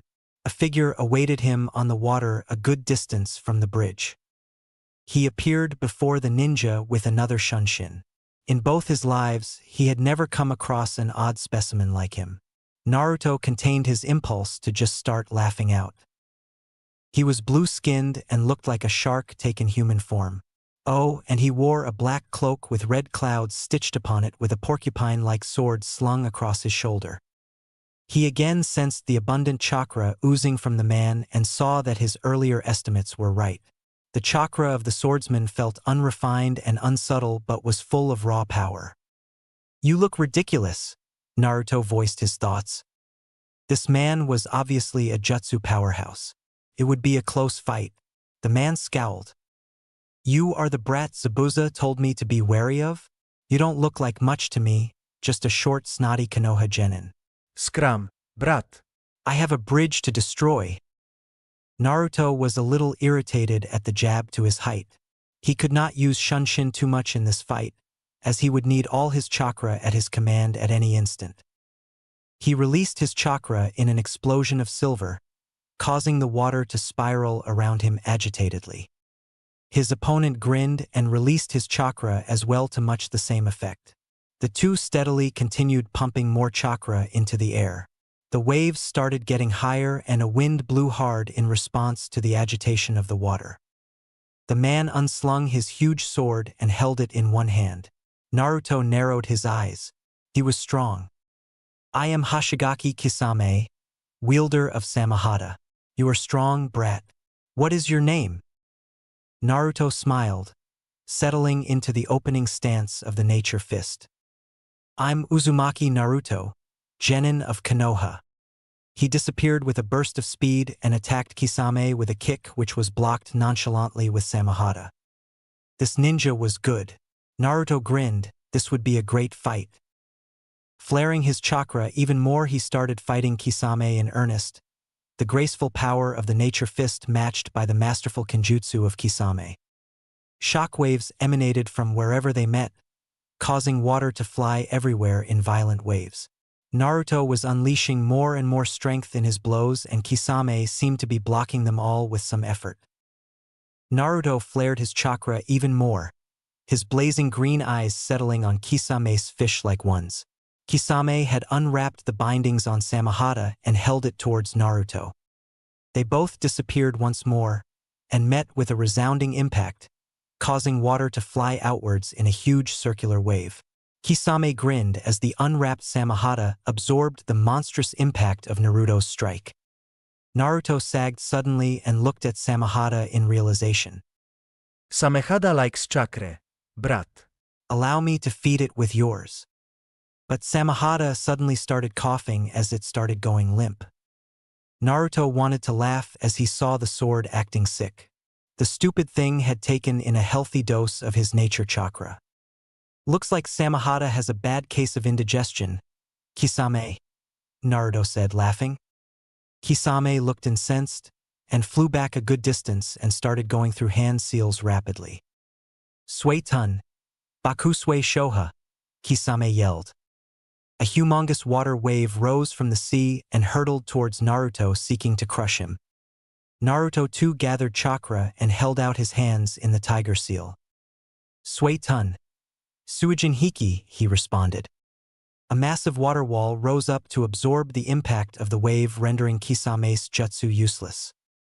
Kisame stared at Naruto with a raised eyebrow as the water settled down. "A jutsu like that with a single seal? Not bad. Brat, you have a very strong affinity to water, I see." But Tobirama's was always a bit stronger, he thought nostalgically, watching Kisame clap his hand palms together and slam one hand on the water surface. "Suetun, Gasho Kuzame." 5 ferocious sharks shot towards Naruto from his palm. A cool jutsu? Thought Naruto absently as he felt a large spike in Kakashi's and Sasuke's anger. His heart skipped a beat. He could no longer sense Sakura's chakra. He had to finish this fast. He held out the dragon seal and yelled out his jutsu. Suito. Mizuno uzu kakudai. A huge whirlpool whose diameter spanned a third of the entire length of his bridge started forming around Naruto rapidly. So powerful that it even exposed a bit of the ocean floor deep beneath him. Kisame's sharks were snuffed out of existence like little gnats, and the whirlpool kept on expanding ominously towards Kisame, who was retreating hastily and prepared to counter with his own jutsu. Naruto heard a tremendous explosion behind him, but paid little attention to it.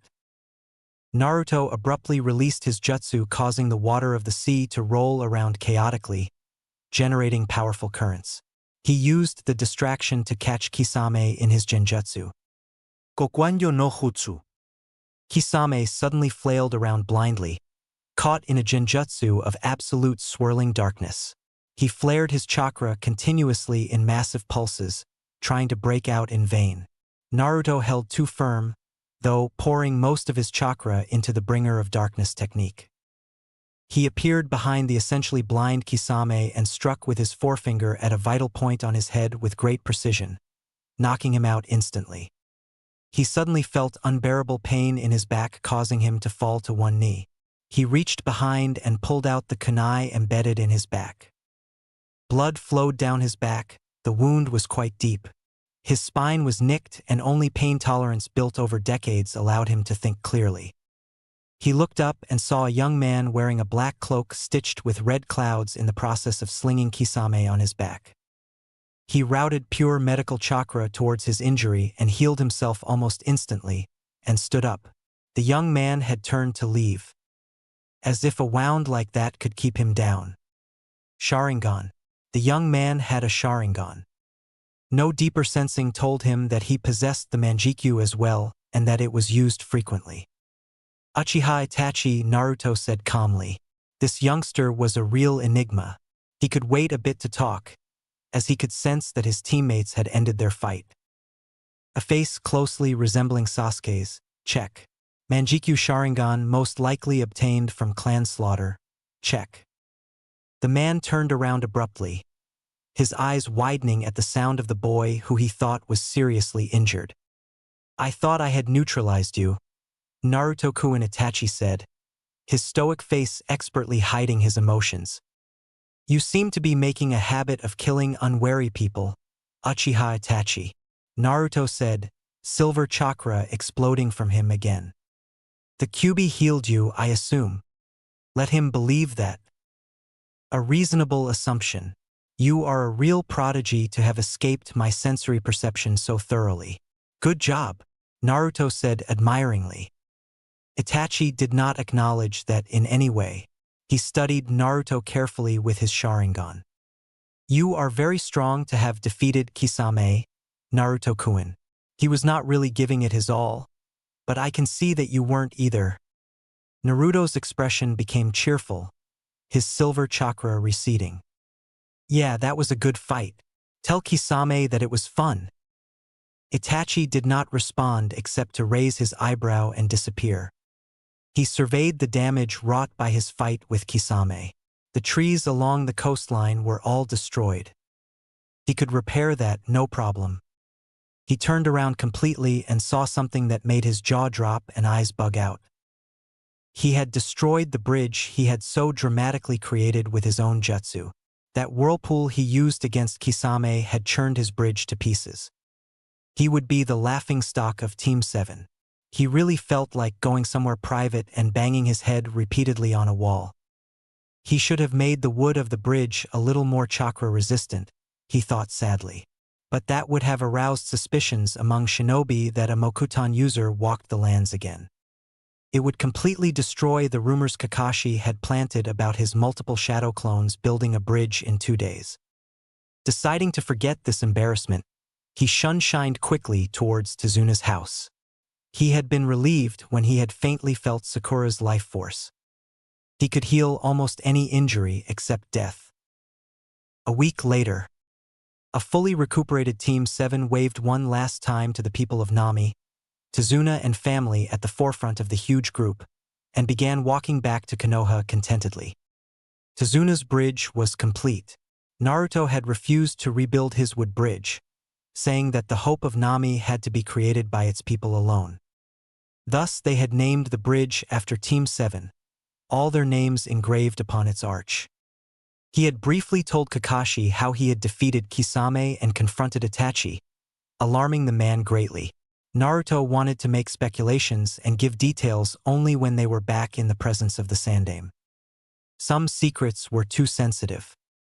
The fight with Zabuza had gone well, resulting in the death of both Zabuza and his accomplice, who he learned was called Haku. What a waste, Naruto thought. The last Hayatan user lost to the world. Evidently Sasuke and Haku had formed a bond before the fight, without Sasuke knowing Haku's true identity. When Sakura was put into a near-death state by a masked Haku, Sasuke had awakened his Sharingan and engaged Haku. He had managed to counter the Hayatan user's assault and break open his mask. Sasuke had refused to strike a final blow against one he counted a friend. Haku had died to protect Zabuza from Kakashi's Raikiri. Gato had then assailed the entire group with his thugs. So Sasuke and Zabuza, the latter moved deeply by Haku's sacrifice, had together finished off the entire thug army, albeit with a little help from the villagers. Zabuza too succumbed to his wounds and was buried alongside Haku. The entire ordeal had changed Sasuke's attitude, igniting in him the will of fire and wiping out the last of his hatred. Naruto could see it only too clearly. With Sasuke fighting alongside him, they would be able to do together what he could not do with Madara. Chapter 4. See you later, Naruto waved to his teammates. They had just returned to Konoha from a very educational mission in Wave Country. Kakashi and Naruto made their way towards the Hokage Tower leisurely. Will you tell the third everything? Kakashi asked Naruto. I will. He could pick up signs of deception extremely well even as a boy, and I am not really good at deceiving my precious people. Truth is the strongest weapon, Kakashi-sensei. Lies can be twisted against you always, as you may know from your own experience as a shinobi. Kakashi nodded as they stood in front of the Sandaime's secretary. We are here to report the success of our mission to the third, Kakashi stated lazily. The secretary gave her customary dirty glance to Naruto and went to find out if the third was free. Doesn't it bother you, the way you are treated in the village? Kakashi asked Naruto regretfully. He had to have been there for the boy, but it was impossible. The village had needed every ninja on call to recover from the Kyuubi attack, and Naruto would have been as good as neglected in Kakashi's home. Not really. As Naruto the child, I learned to disregard the glares of the people, though it really caused me unutterable sadness. But now I really feel sad for the village I founded. They are just like sheep, unwilling and unable to think for themselves. That was not my intention for the shinobi of Konoha. The secretary came back. The Sandaime will see you now. Naruto followed Kakashi into the office of the third Hokage. The more Naruto saw this place, the more he felt the change Konoha had undergone. This office, which had exuded a sense of loyalty and patriotism to the village during his reign, now gave off a sense of bureaucratic power-mongering. Hiruzen. His student had sacrificed much for the sake of the village, but one glance at him told Naruto that he was weary. The will of fire burned in him still, but the village had asked too much of this man. He had given up family, love, and much more for Konoha. Hiruzen, at least, was everything he had hoped to see in the future generation. Report, Kakashi the Third ordered, looking at Naruto and Kakashi with a discerning eye. Hi, Sandaime-sama, nodded Kakashi, and began his report. On the road to Nami, we were attacked by the demon brothers of Kiri, who were dealt with easily by Sasuke and Sakura. Turns out that Tazuna was lying about the mission. Kakashi related the events of the mission up to when Zabuza attacked them on the bridge and Naruto drove him off. Hiruzen looked surprised. How do you know those jutsus, Naruto? Naruto took a deep breath. Old man, this is private. Very confidential. I suggest you send off the 4 ANBU guarding you. It is only for your ears and will only take a moment. Hiruzen signaled, sending off the ANBU. If he couldn't trust Naruto, he could trust no one. Naruto went to the wall behind Hiruzen's desk and placed his hand on it, watched carefully by Hiruzen and an amused Kakashi. He flared his chakra and caused a glowing seal array to appear on the wall. Hiruzen's eyes grew wide and he stared at Naruto with the full authority of a battle-hardened warrior. How can you know the existence of those seals, Naruto?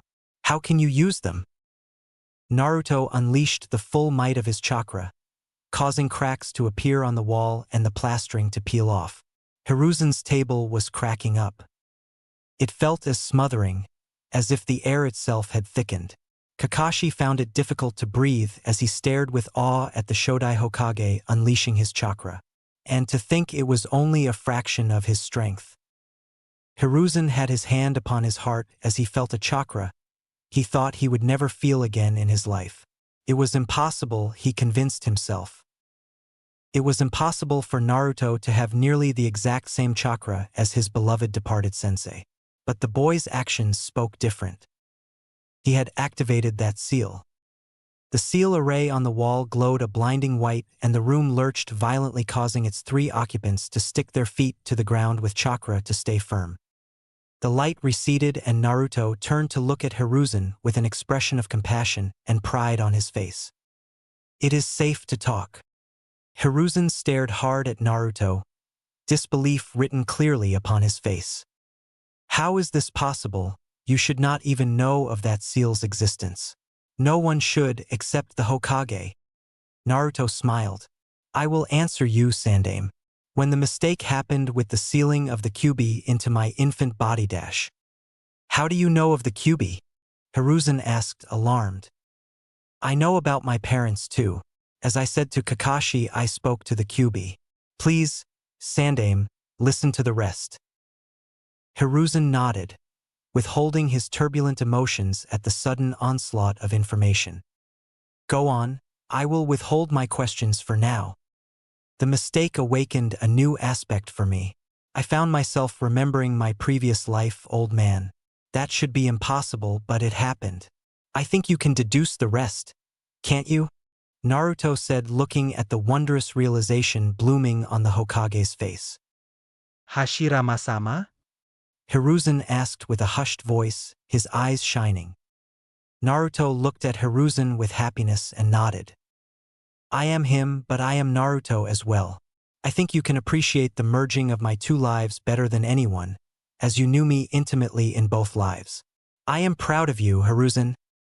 Kakashi looked at the reunion between sensei and student with his hairs standing on end. He was watching history unfold here in this room.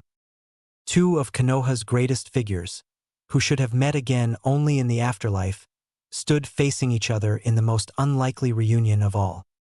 Sarutobi Hiruzen was lost for words. He sat dumbly, staring with awe at the legendary first. That is how you could activate the seal. I guess I have no choice but to believe you, Hashirama-sama? Or Naruto, what should I call you? I am Naruto, Hiruzen. I should never have remembered my old life normally. It was a 1 in a million chance, and it happened to me. I am Naruto who remembers his old life as Hashirama. I am both Hashirama and Naruto in essence. Hiruzen stared at his mentor as he described himself. He could see both Naruto and the Shodai in the boy. This is most unexpected. Forgive me, Sandaime-sama. What was that seal Naruto just activated? Sarutobi cleared his throat. It is a most advanced seal created by Mito-sama and Tobirama-sensei for Hashirama-sama's use. It was attuned to his chakra and his chakra alone. This is irrefutable proof of Naruto's claims.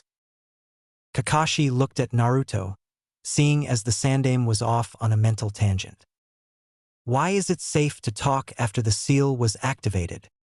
Naruto's eyes glazed over as he recalled the memories of past days. My wife Mito and my brother Tobirama made that seal for me to insulate the Hokage's office totally from the outside world. It is a space-time seal.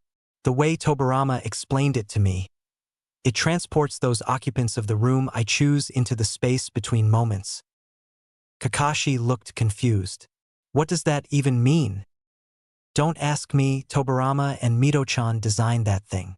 It was Tobarama who was always into things like space-time techniques, and my wife's mastery over seals was unheard of even during the Age of Founders. Kakashi still looked quizzical. Fine, all I really understand is this. As long as I hold this seal active, whatever happens between the chosen occupants of this office for that duration will happen in a single instant of the flow of time in the world outside, effectively sealing the required conversation completely from the outside world. Kakashi looked at the clock, which had frozen. But on close observation with Sharingan, he could see that the second hand was moving very slowly. Kakashi, I smiled. Now I understand. To be able to do something like that, not even Sensei would have been able to do that. Hiruzen, who had come out of his funk, shook his head in disagreement. Minato was just tapping into his potential and had invented the Hiraishin no Jutsu as a teenager. I think he would have surpassed Tobarama-sensei if he were to still live. Naruto could feel the drain on his chakra as he held the seal active. Hiruzen, let us get on with it, please.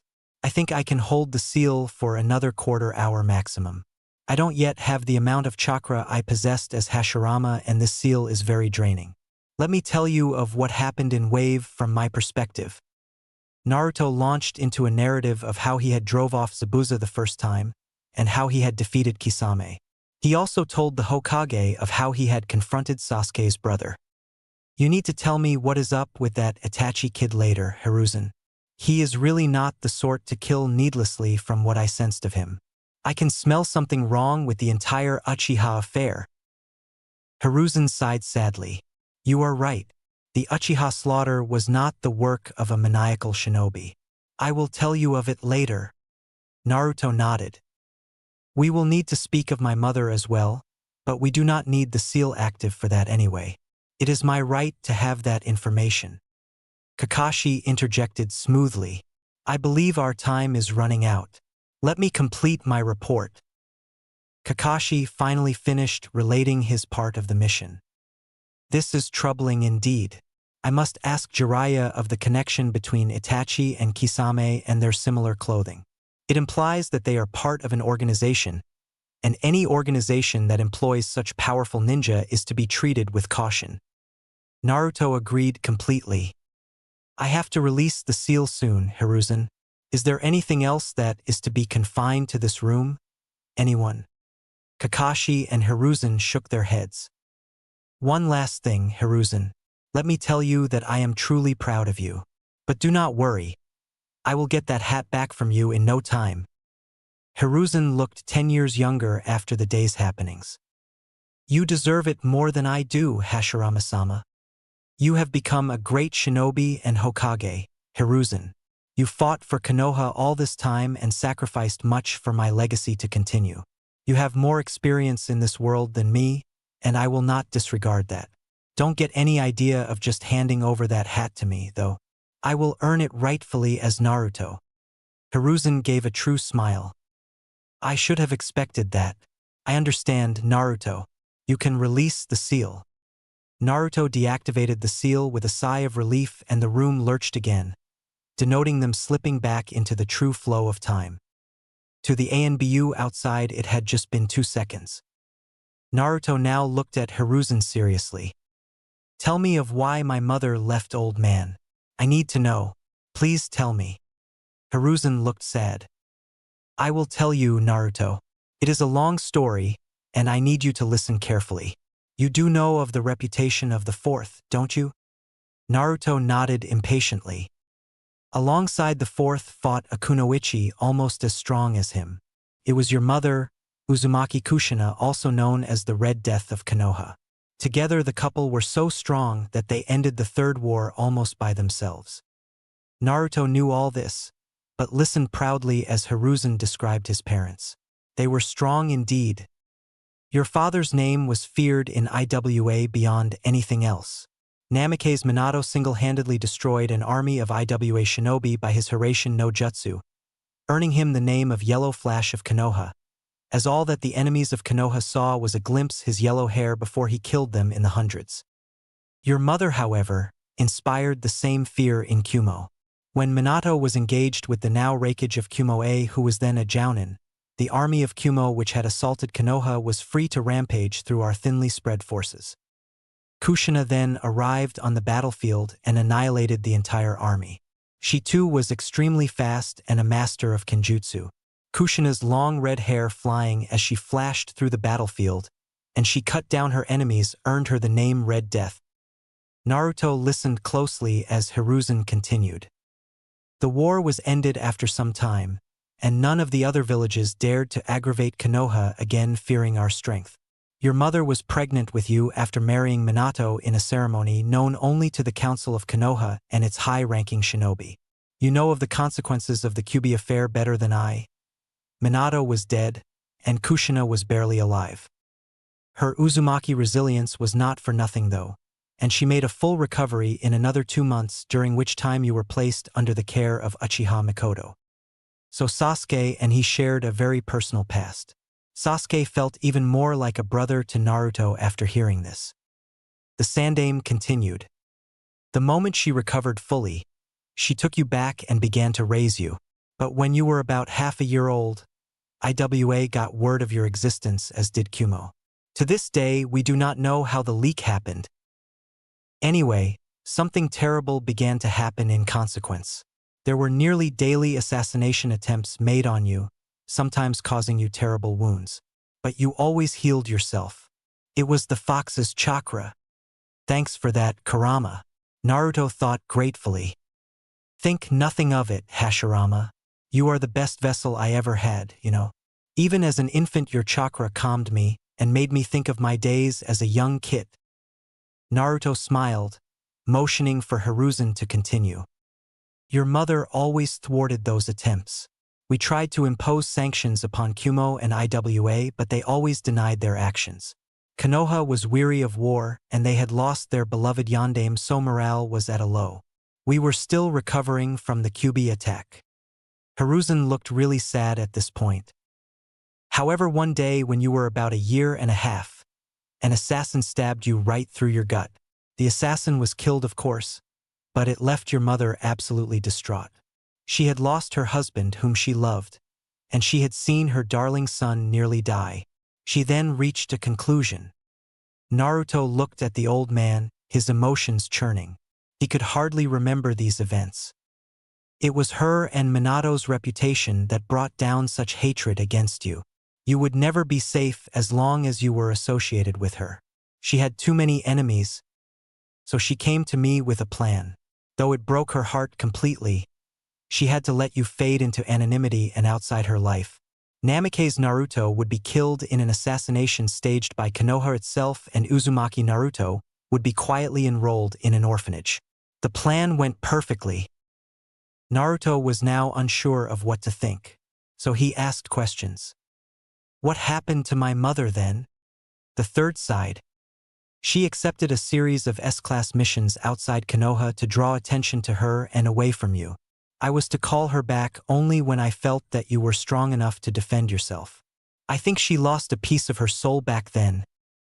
Naruto looked down sadly. He understood what had happened and hated the necessity for it, hated the circumstances. Now that I know you are strong enough, I will call her back. Do not judge her too harshly, Naruto.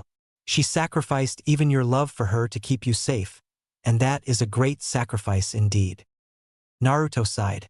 He did understand and deeply respected and admired Kushina's actions. But the suffering he had endured without her still lingered in the depths of his mind.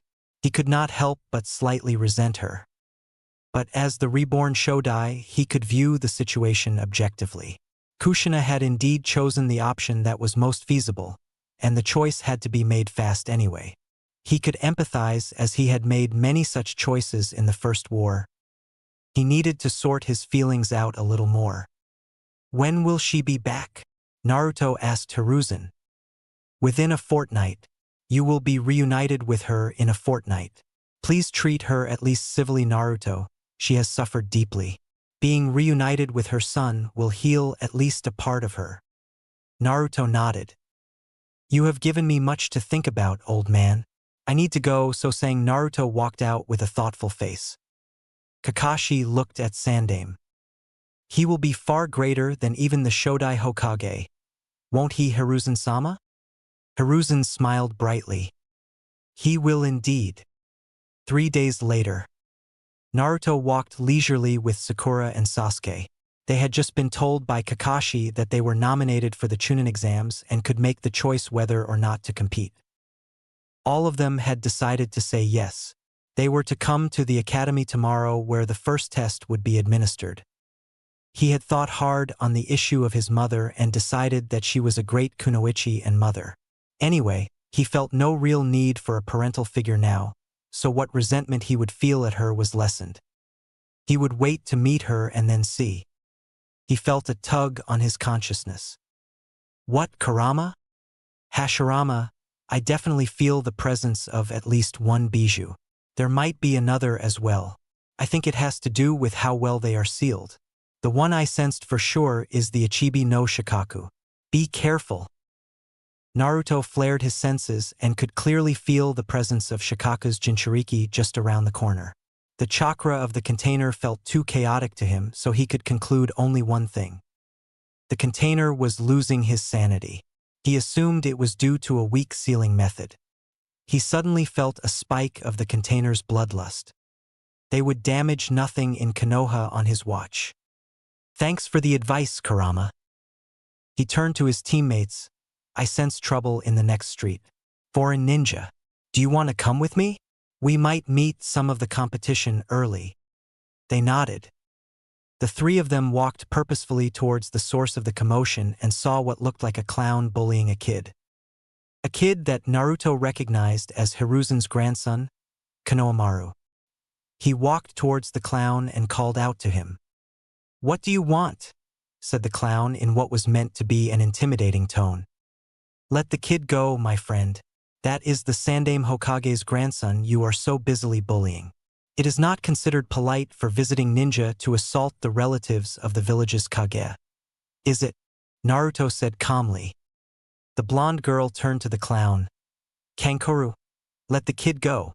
Imagine what would happen if Gaara finds us fooling around. The clown called Kankuro gave an involuntary shiver. His face then hardened. All right, Tamarit, I will let the kid go if he begs for my forgiveness. Naruto looked at the boy exasperatedly. Sasuke stepped up and performed a fast series of hand seals. Sunsin no Jutsu. He disappeared, and only appeared on the other side some distance from the group, holding Konohamaru, who he set back on the ground. Kankuru's and Tamari's eyes bugged out. The kid was fast. Naruto could sense the Jinchuriki of Shikaku within their proximity.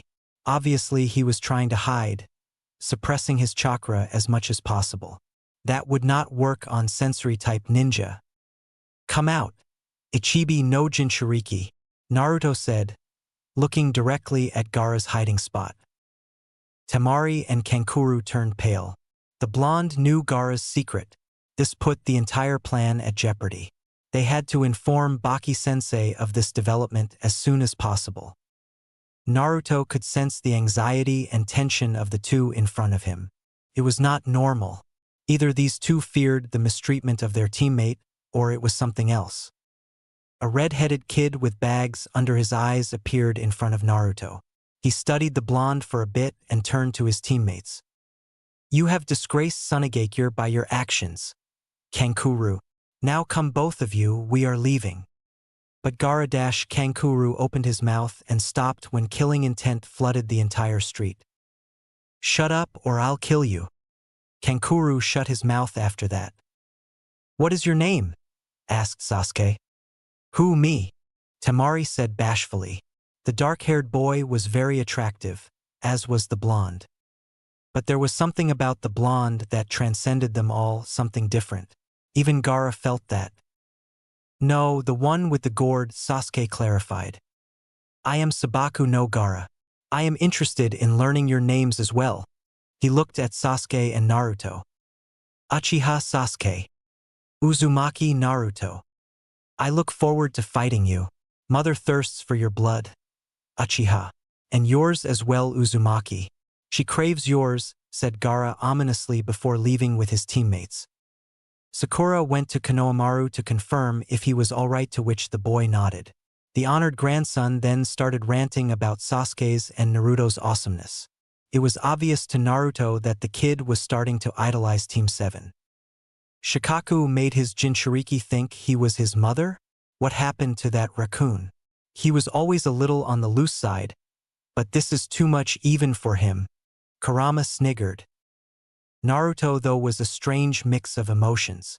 He wanted to help his fellow Jinchuriki, but could not do that as Shikaku would immediately recognize him as Hashirama. He could hardly let his secret out so easily. The poor kid would have to control the bijou himself, which meant he had to realize love and conquer hatred. That would be tough for him from what he saw. It would be nigh impossible with the Shikaku passing himself off as the kid's mother, of all things. He started laughing out loud at that, joined by Kurama in his mind, causing Sasuke and Sakura to look at him strangely. What's wrong with you, Dobe? Nothing, Sasuke. I need to go and train. See you tomorrow at the academy for the first round. Still laughing quietly to themselves, Bijou and Jinchuriki made their way back home. Naruto sat happily on a seat in his beloved ramen shop, Ichiraku Ramen Bar. He was currently in the process of scarfing down his 11th bowl of the precious dish. Ayam turned to him and asked, "You really have to stop eating so much, Naruto. It's not good for you, you know. I bet that if I stab you right now with my fork, you will bleed ramen soup." Naruto did not reply and began to stuff his mouth with his 12th bowl of the dish. He had definitely not lost his love for ramen after his awakening. Oh no, it had definitely increased. "Do you really have to stuff yourself like that?" came a female voice to his right. Glancing, he saw two blonde females eating ramen sedately. Both had strong chakras, one with Raiton and the other with both Raiton and Keton. They both seemed to be mildly irritated. The chakra of the one who had spoken to him felt familiar in a strange sort of way. He sensed deeper. "Matatabi!" came the hugely surprised voice of Kurama. Naruto started. What was it with all these Jinchuriki popping up in Konoha at the same time? He looked at the nearby Jinchuriki. "Who are you?" "I am Ni Yujito, and this is Samui. We are Kunoichi from Kumogakure here for the Chunin exams along with our other team member, Omoi. I am Uzumaki Naruto." Naruto introduced himself. Samui just waved at him. Naruto waved back at her enthusiastically and focused on Yujito. "You are special, aren't you, Yujito-san?" Yujito narrowed her eyes at him. "You too are special, Naruto-san." "A sensory type, are you?" Naruto asked her, surprised. "So are you. Let us walk together." "Samui, I am out," Yujito said, her teammate. Naruto and Yujito walked out of the ramen shop, Naruto waving goodbye to Ayam. "Nice to meet you, nearby Jinchuriki." Naruto greeted her, looking at her properly. She was quite pretty, not that he was attracted to her. Her chakra felt extremely strong, filled with pure power that was beyond most humans. A Jinchuriki in control of her bijou. "Nice to meet you as well, Kyubi Jinchuriki." Yujito chuckled. "How could you sense the Kyubi? Its chakra is suppressed by mine at all times," Naruto queried. "It is suppressed quite well, Naruto-san. But I am not Kumo's strongest sensor for nothing. I assume you met Ichibi?" "Of course. Careful of him, he is slightly crazy and will slaughter anything in his path, living or otherwise. I didn't sense any other Jinchuriki in this exam. Did you?" "No, I believe it is just the three of us. See you later, Naruto-san. We have a team meeting about now, let's meet in the exams." "See you." Naruto waved back, watching her thoughtfully. He had no doubt Sarutobi knew of these developments. 3 Jinchuriki competing in a Chunin exam? He had to be on his guard and watch out for Konoha's sake. The next day, Naruto stared exasperatedly as Sasuke accepted a challenge to fight from a weird green spandex wearing genin called Rock Lee. They had successfully detected a genjutsu on the entrance to the exam antechamber, and Sasuke had, in his usual style, attacked the door guards.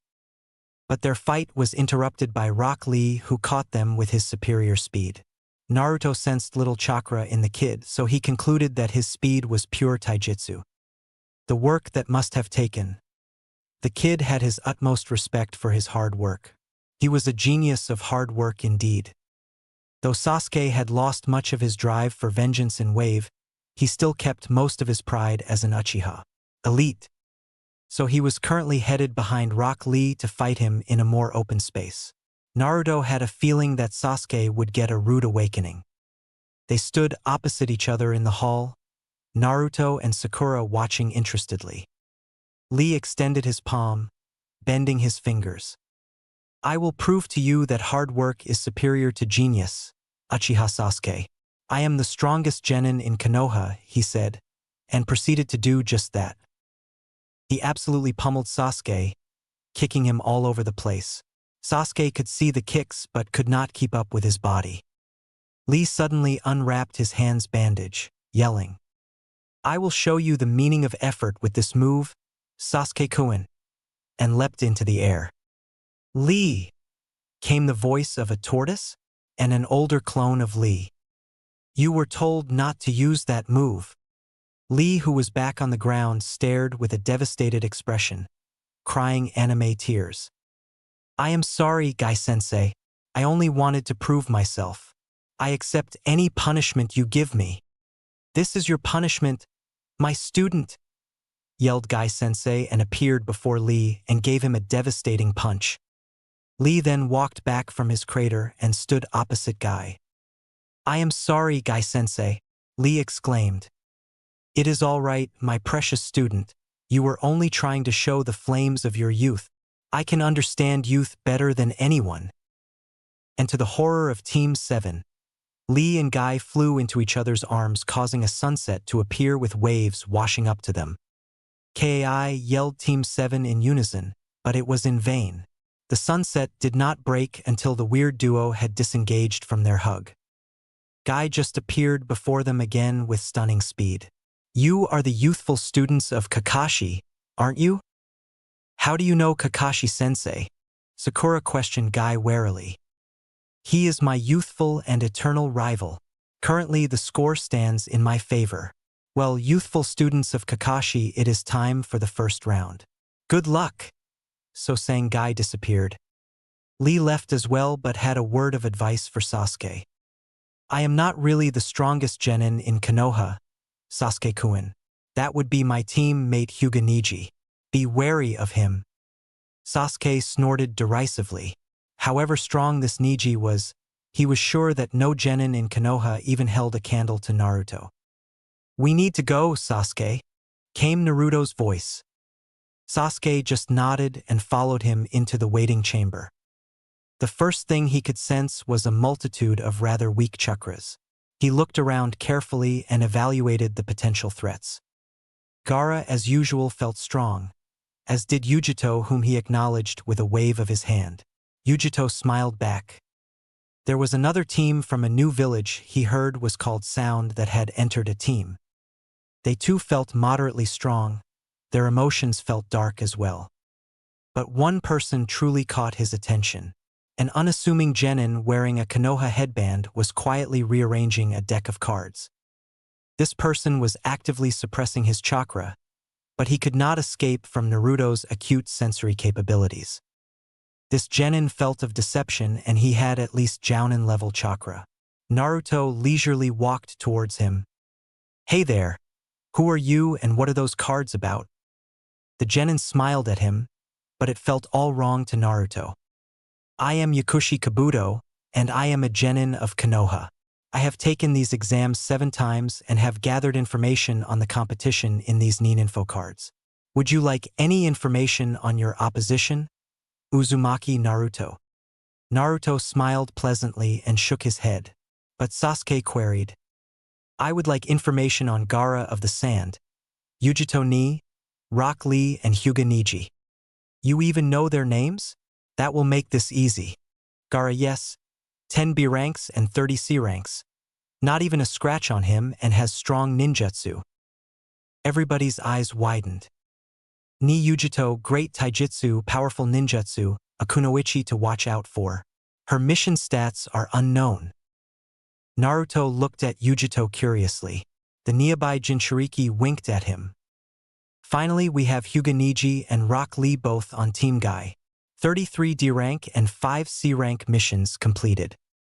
Rock Lee is a powerful taijutsu specialist, ninjutsu unknown. Hyuga Niji is a known prodigy of the Juken style and a strong competitor. Naruto just glanced at them all. They were all quite powerful for Genin. He could feel killer intent coming from the team from sound. Playtime is over. Now it is time for the first round of the Chunin exams. Brats, follow me. Came the gruff voice of a burly scar-faced examiner who gave off an air of extreme intimidation. They nervously followed Scarface into a spacious hall full of desks. I am Marino Ibiki. First round will be a written round. You need to answer at least one question to pass, and there will be 9 questions. At the end of the examination, there will also be a 10th question, the rules for which will be defined on the spot. The genin just stared at him, surprised at the strange rules. There will be observers for this test, and if you are caught more than 5 times, you will be disqualified. Clear? They all nodded. Then let us get started. Naruto stared at their newest proctor, a kunoichi named Mitarashi Anko, who was passing around waivers of death for the genin to sign. They were to enter the forest of death with a scroll and survive there for 3 days. Their objective was to get a scroll, heaven or earth, to complete their set. With both scrolls, they were to head for the tower to complete the test. Great, I get to see what has happened to my forest. The first exam was quite innovative, really. Ibiki had put together a good information gathering test, as the questions were all well above genin level. He had cleverly planted a few Chunin test takers from whom the genin were expected to gather information. The ways of gathering information too really surprised him. He of course could answer all the questions. They were too simple to him. Sasuke had predictably used Sharingan, the Hyuga their Byakugan, and Sakura of course actually knew the answers to the questions. Gaara though had used an innovative trick. He made an eye out of sand to spy on the others. That left him impressed. The Jinchuriki was good. Ibiki had ended their party though, asking if they were confident enough to take the 10th question. Those who answered the question wrong would never be Chunin, he said. Those who left right then would have a shot next year. To Naruto it was obvious that it was a test of confidence, so he stayed right where he was. Most of the competitors had stayed too. Ibiki then ended the test abruptly, saying they had all passed. Apparently, the question he had asked just then was the mysterious 10th question, and the remaining had all proved that they were worthy of continuing with their conviction in remaining. Putting off thoughts of the first exam, he glanced at Mitarashi Anko. This kunoichi's chakra felt essentially the same as Kabuto's. That was intriguing. What was the connection between those two? His attention was occupied suddenly by Akusa Kunoichi, who handed Anko back her dagger. Her chakra felt full of malice. What was more, her chakra felt a bit like his own. Just what was such a shinobi doing in the Chunin exams? She easily had Kage-level chakra. No, that was no normal genin, and she seemed to be shooting unhealthy glances at Sasuke. They would need to be careful with that kunoichi. She was a real danger, unlike these other children. Be careful of that Kusa kunoichi, Sasuke. She seems really strong. Sasuke turned to him and nodded discreetly. Sakura just looked intimidated. All right, brats. It is time for you to begin. Enter the forest through your designated gates. Now, Anko yelled. They shot through their designated gates, entering the forest in rapid blurs. Naruto signaled them to stop after about half an hour of traveling.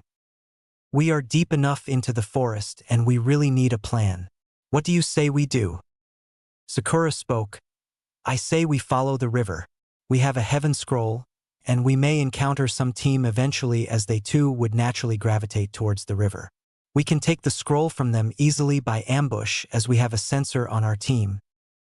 An excellent plan, Sasuke said, nodding to Sakura, causing her to blush. Thus they had moved steadily, finding and following the river on its course. Naruto was impressed. His forest had grown quite a bit. The trees seemed to recognize him, and a warm, comforting feeling filled the air as he walked by them. It had been a day since the beginning of the second exam, and Naruto was getting alarmed. He could sense not even a single team on their path, and that was fishy. Naruto turned to his teammates. I find it odd that we have not been attacked at all, and I can sense no one in our vicinity. I don't like this. Sasuke nodded. I too can feel it. Something feels wrong about how easy all this is becoming. Sakura looked worried. Naruto decided to just pause and consider their next move. They were just about out of rations but still had plenty of water. He decided. We need more rations. You know I can get fruits enough for the journey. Sasuke nodded. But we need to agree on something only the three of us know, in case we are impersonated by someone. Naruto just had the perfect thing. We say the name of my most secret technique. What do you say? Sakura agreed. That should work. All right then, time for me to go, said Naruto and vanished. Naruto reached a clearing not that far away from his teammates and threw around his senses for any eavesdroppers or spies. Nothing. Mokuton. Ringo no ki no taito. A good-sized apple tree with luscious apples rose up from the earth, causing Naruto to grin. A well-placed punch later, Naruto was happily collecting dozens of apples that fell on the ground. This would do for the remaining duration of their stay. His Mokuton was truly powerful, be it to heal or to destroy. His senses suddenly perked up.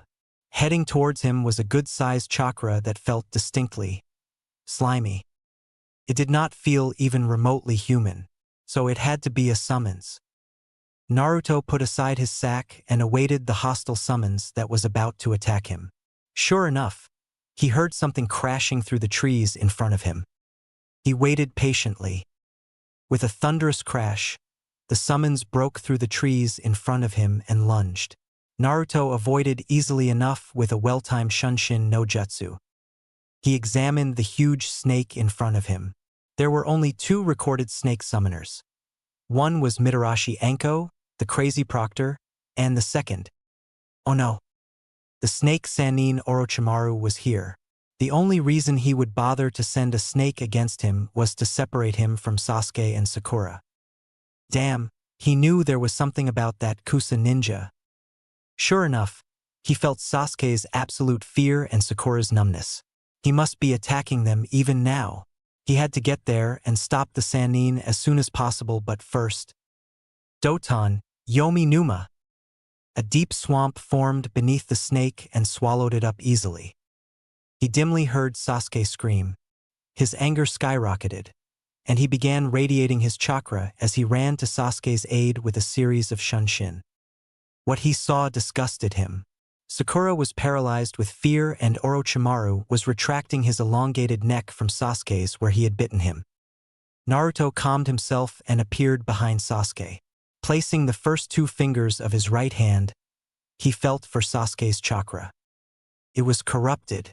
He could see a seal forming on Sasuke's neck and it was faintly red in color. He was no seal master even if he was adequately proficient in the sealing arts. Sasuke's ailment required attention and care, neither of which he had now. A makeshift solution had to do for now. Kukukuku. Thus enters a new player. I thought I had you with that snake I had sent. Naruto-kun, Orochimaru said, amused. Naruto paid no attention to the slimy Sannin as he stabilized Sasuke with medical chakra. Orochimaru just watched interestedly, making no move to stop him. Sasuke was breathing a much easier. Now to take care of that troublesome seal. Naruto gathered up his chakra to his fingertips, forming 5 kanji characters for sealing. Orochimaru's eyes widened.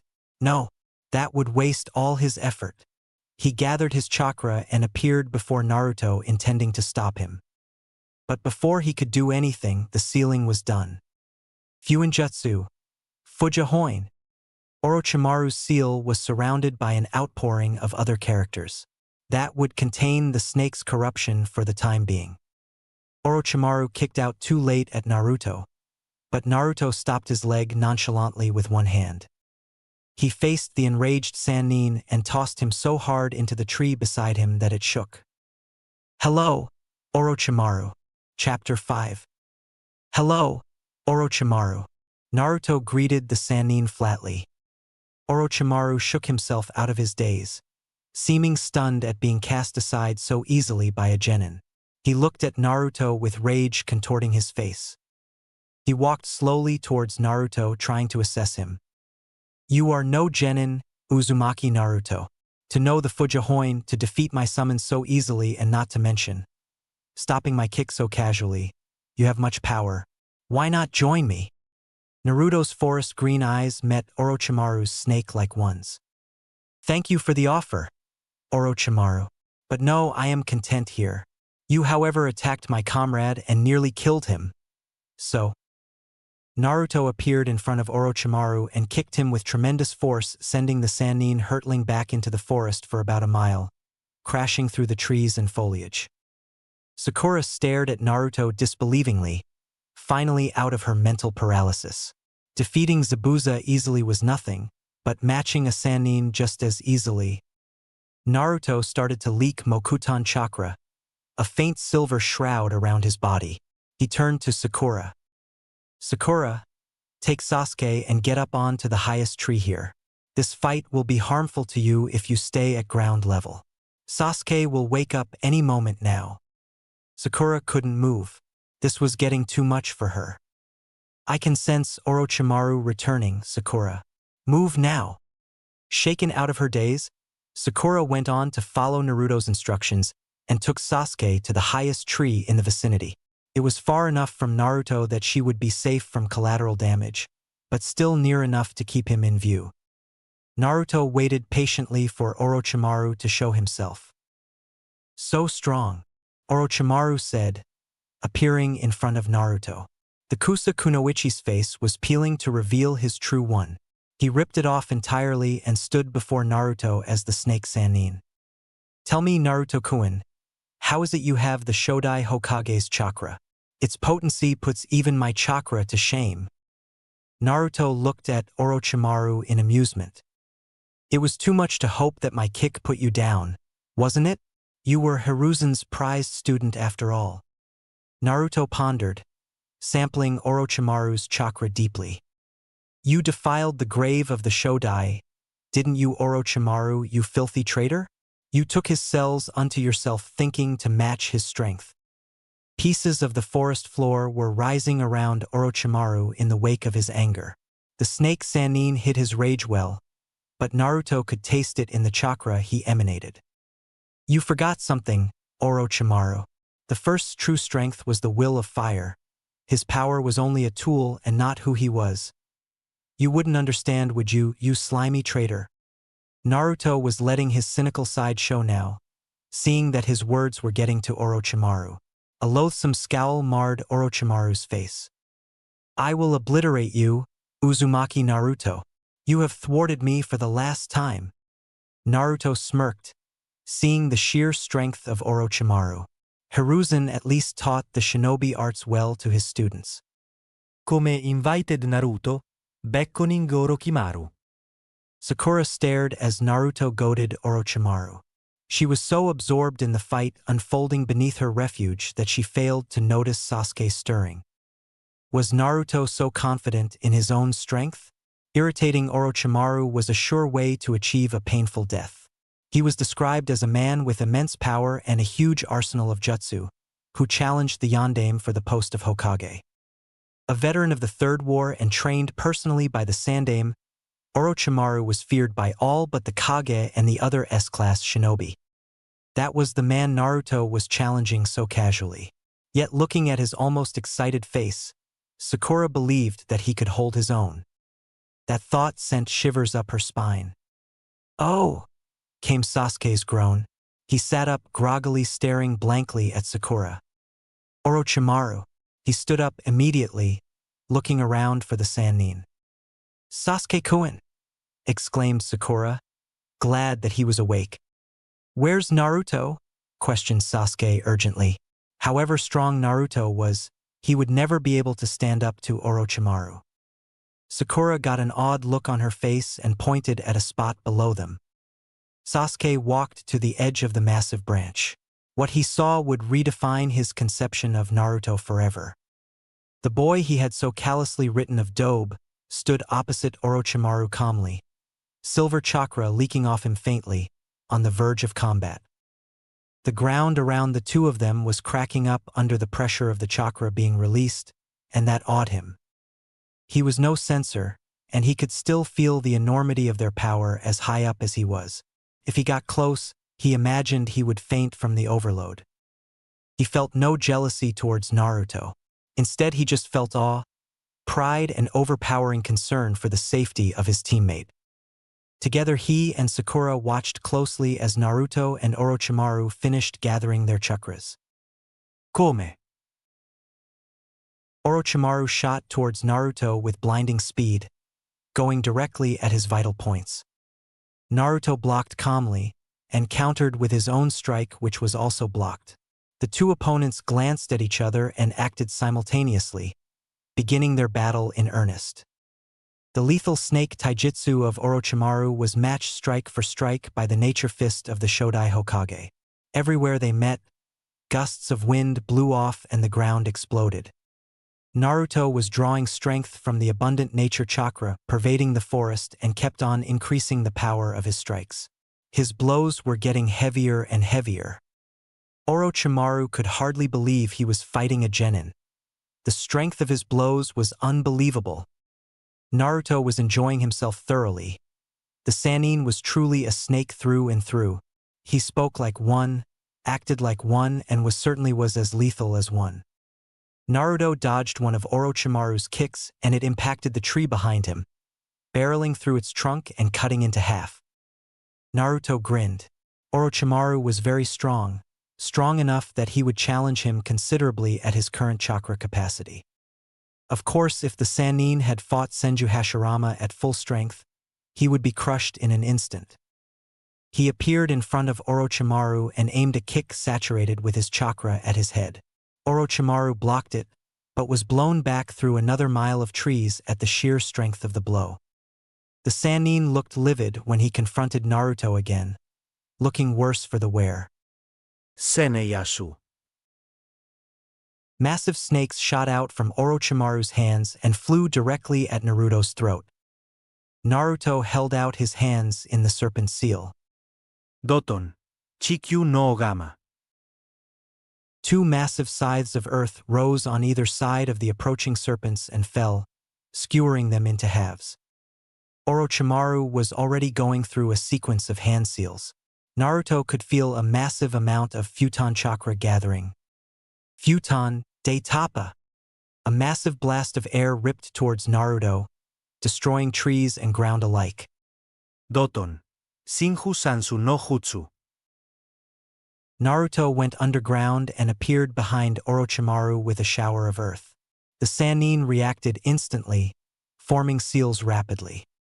Naruto did not need a sequence of hand seals, though. He needed just one. Doton. Aritsuke no Supaiku. An extremely sharp spike of earth blasted from the earth near Naruto's feet and sunk into Orochimaru's chest. Its impact was so great that Orochimaru was sent flying back and the sharp end of the spike sticking out of his back crashed into a tree, effectively nailing the Sannin. Orochimaru opened his mouth, spitting himself out, shedding his skin like the snake he was. He looked at Naruto with a lopsided grin. It's been fun, Naruto-kun, but I cannot play any longer. You are too strong to be left alive. Naruto faced Orochimaru impassively, feeling the massive spike in the Sannin's chakra. It was of no element, but it felt somewhat ethereal. Yes, that was the best word. Mandara no Hin. Orochimaru's mouth opened disgustingly wide and out came a multitude of snakes. Thousands upon thousands of the white reptiles rushed rapidly towards Naruto, piling up to 30 feet and spanning a great width. Naruto was staring, amazed at the magnificence of the jutsu. He had never seen its like even as Hashirama.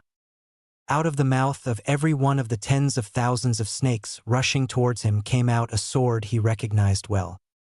The sword of Kusanagi, dripping with poison.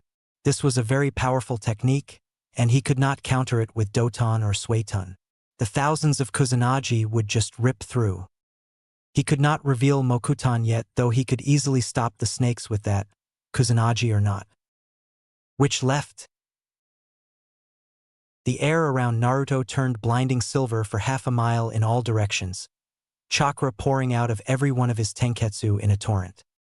He raised his palms, routing all his chakra into them. Orochimaru looked stunned by the magnitude of the chakra Naruto was releasing. The multitude of snakes was almost upon him, the heap growing all the time. Naruto breathed deeply and slammed his glowing palms into the ground. A massive semicircular shockwave erupted from Naruto's position, blowing each and every one of the snakes to pieces. The forest was destroyed as utterly as Orochimaru's 10,000 shockwave reached the Sannin and hurled him far away for the third time. Naruto looked around at the devastation he had caused sadly, never liking to see the destruction of trees, let alone those created by himself. He immersed himself in his senses and sighed in relief as he felt Orochimaru fleeing rapidly towards the east boundary of the forest. That battle had pushed him a little. He sensed Sasuke and Sakura tremulously approaching him from behind. "You can come out now, Sakura and Sasuke." The duo slowly walked towards him, not believing the sheer destruction unleashed during the battle. They had never seen a fight like that before and never understood the meaning of a Kage-level fight as they did now.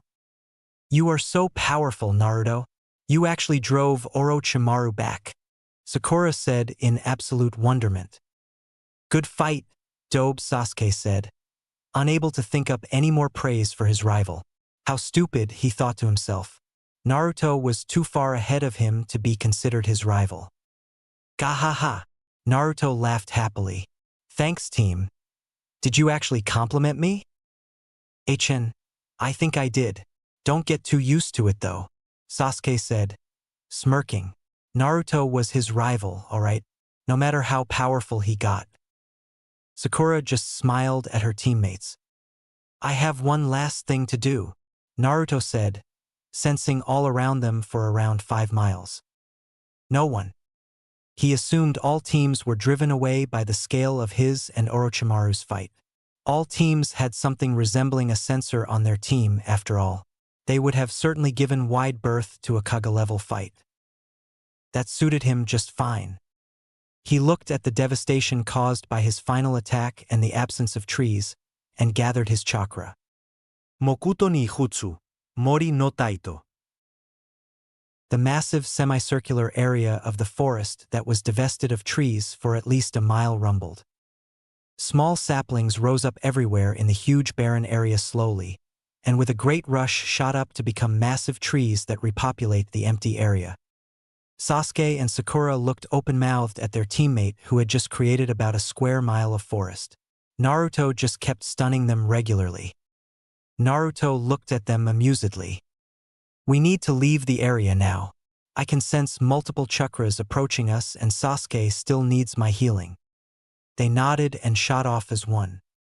Yujito, Samui, and Omoi had just finished off a team of Kiri, and were collecting their Earth Scroll. The nearby Jinchuriki felt an explosion of extremely dense chakra a good distance to their west. Felt familiar. There was also another very strong chakra that felt just evil. Naruto and someone who was no genin were engaged in combat. The ground shook violently for a few moments and then stopped. What was her fellow Jinchuriki doing? To feel the tremors of his jutsu this far, that should be a very powerful technique. Omoi and Samui were prodding her quizzically. "Yujito, could you sense whoever caused that tremor?" "Yes, that was the Kyuubi Jinchuriki, Naruto. The chakra did not feel like any element, though." "So he used the Kyuubi's chakra?" "No, it was his own." "Not cool. Not many people have the capacity or control to do such a thing with just pure chakra. Omoy in the meantime was into his own apocalyptic thoughts and was being ignored by the blondes. Kitten, that boy is no genin. Beware.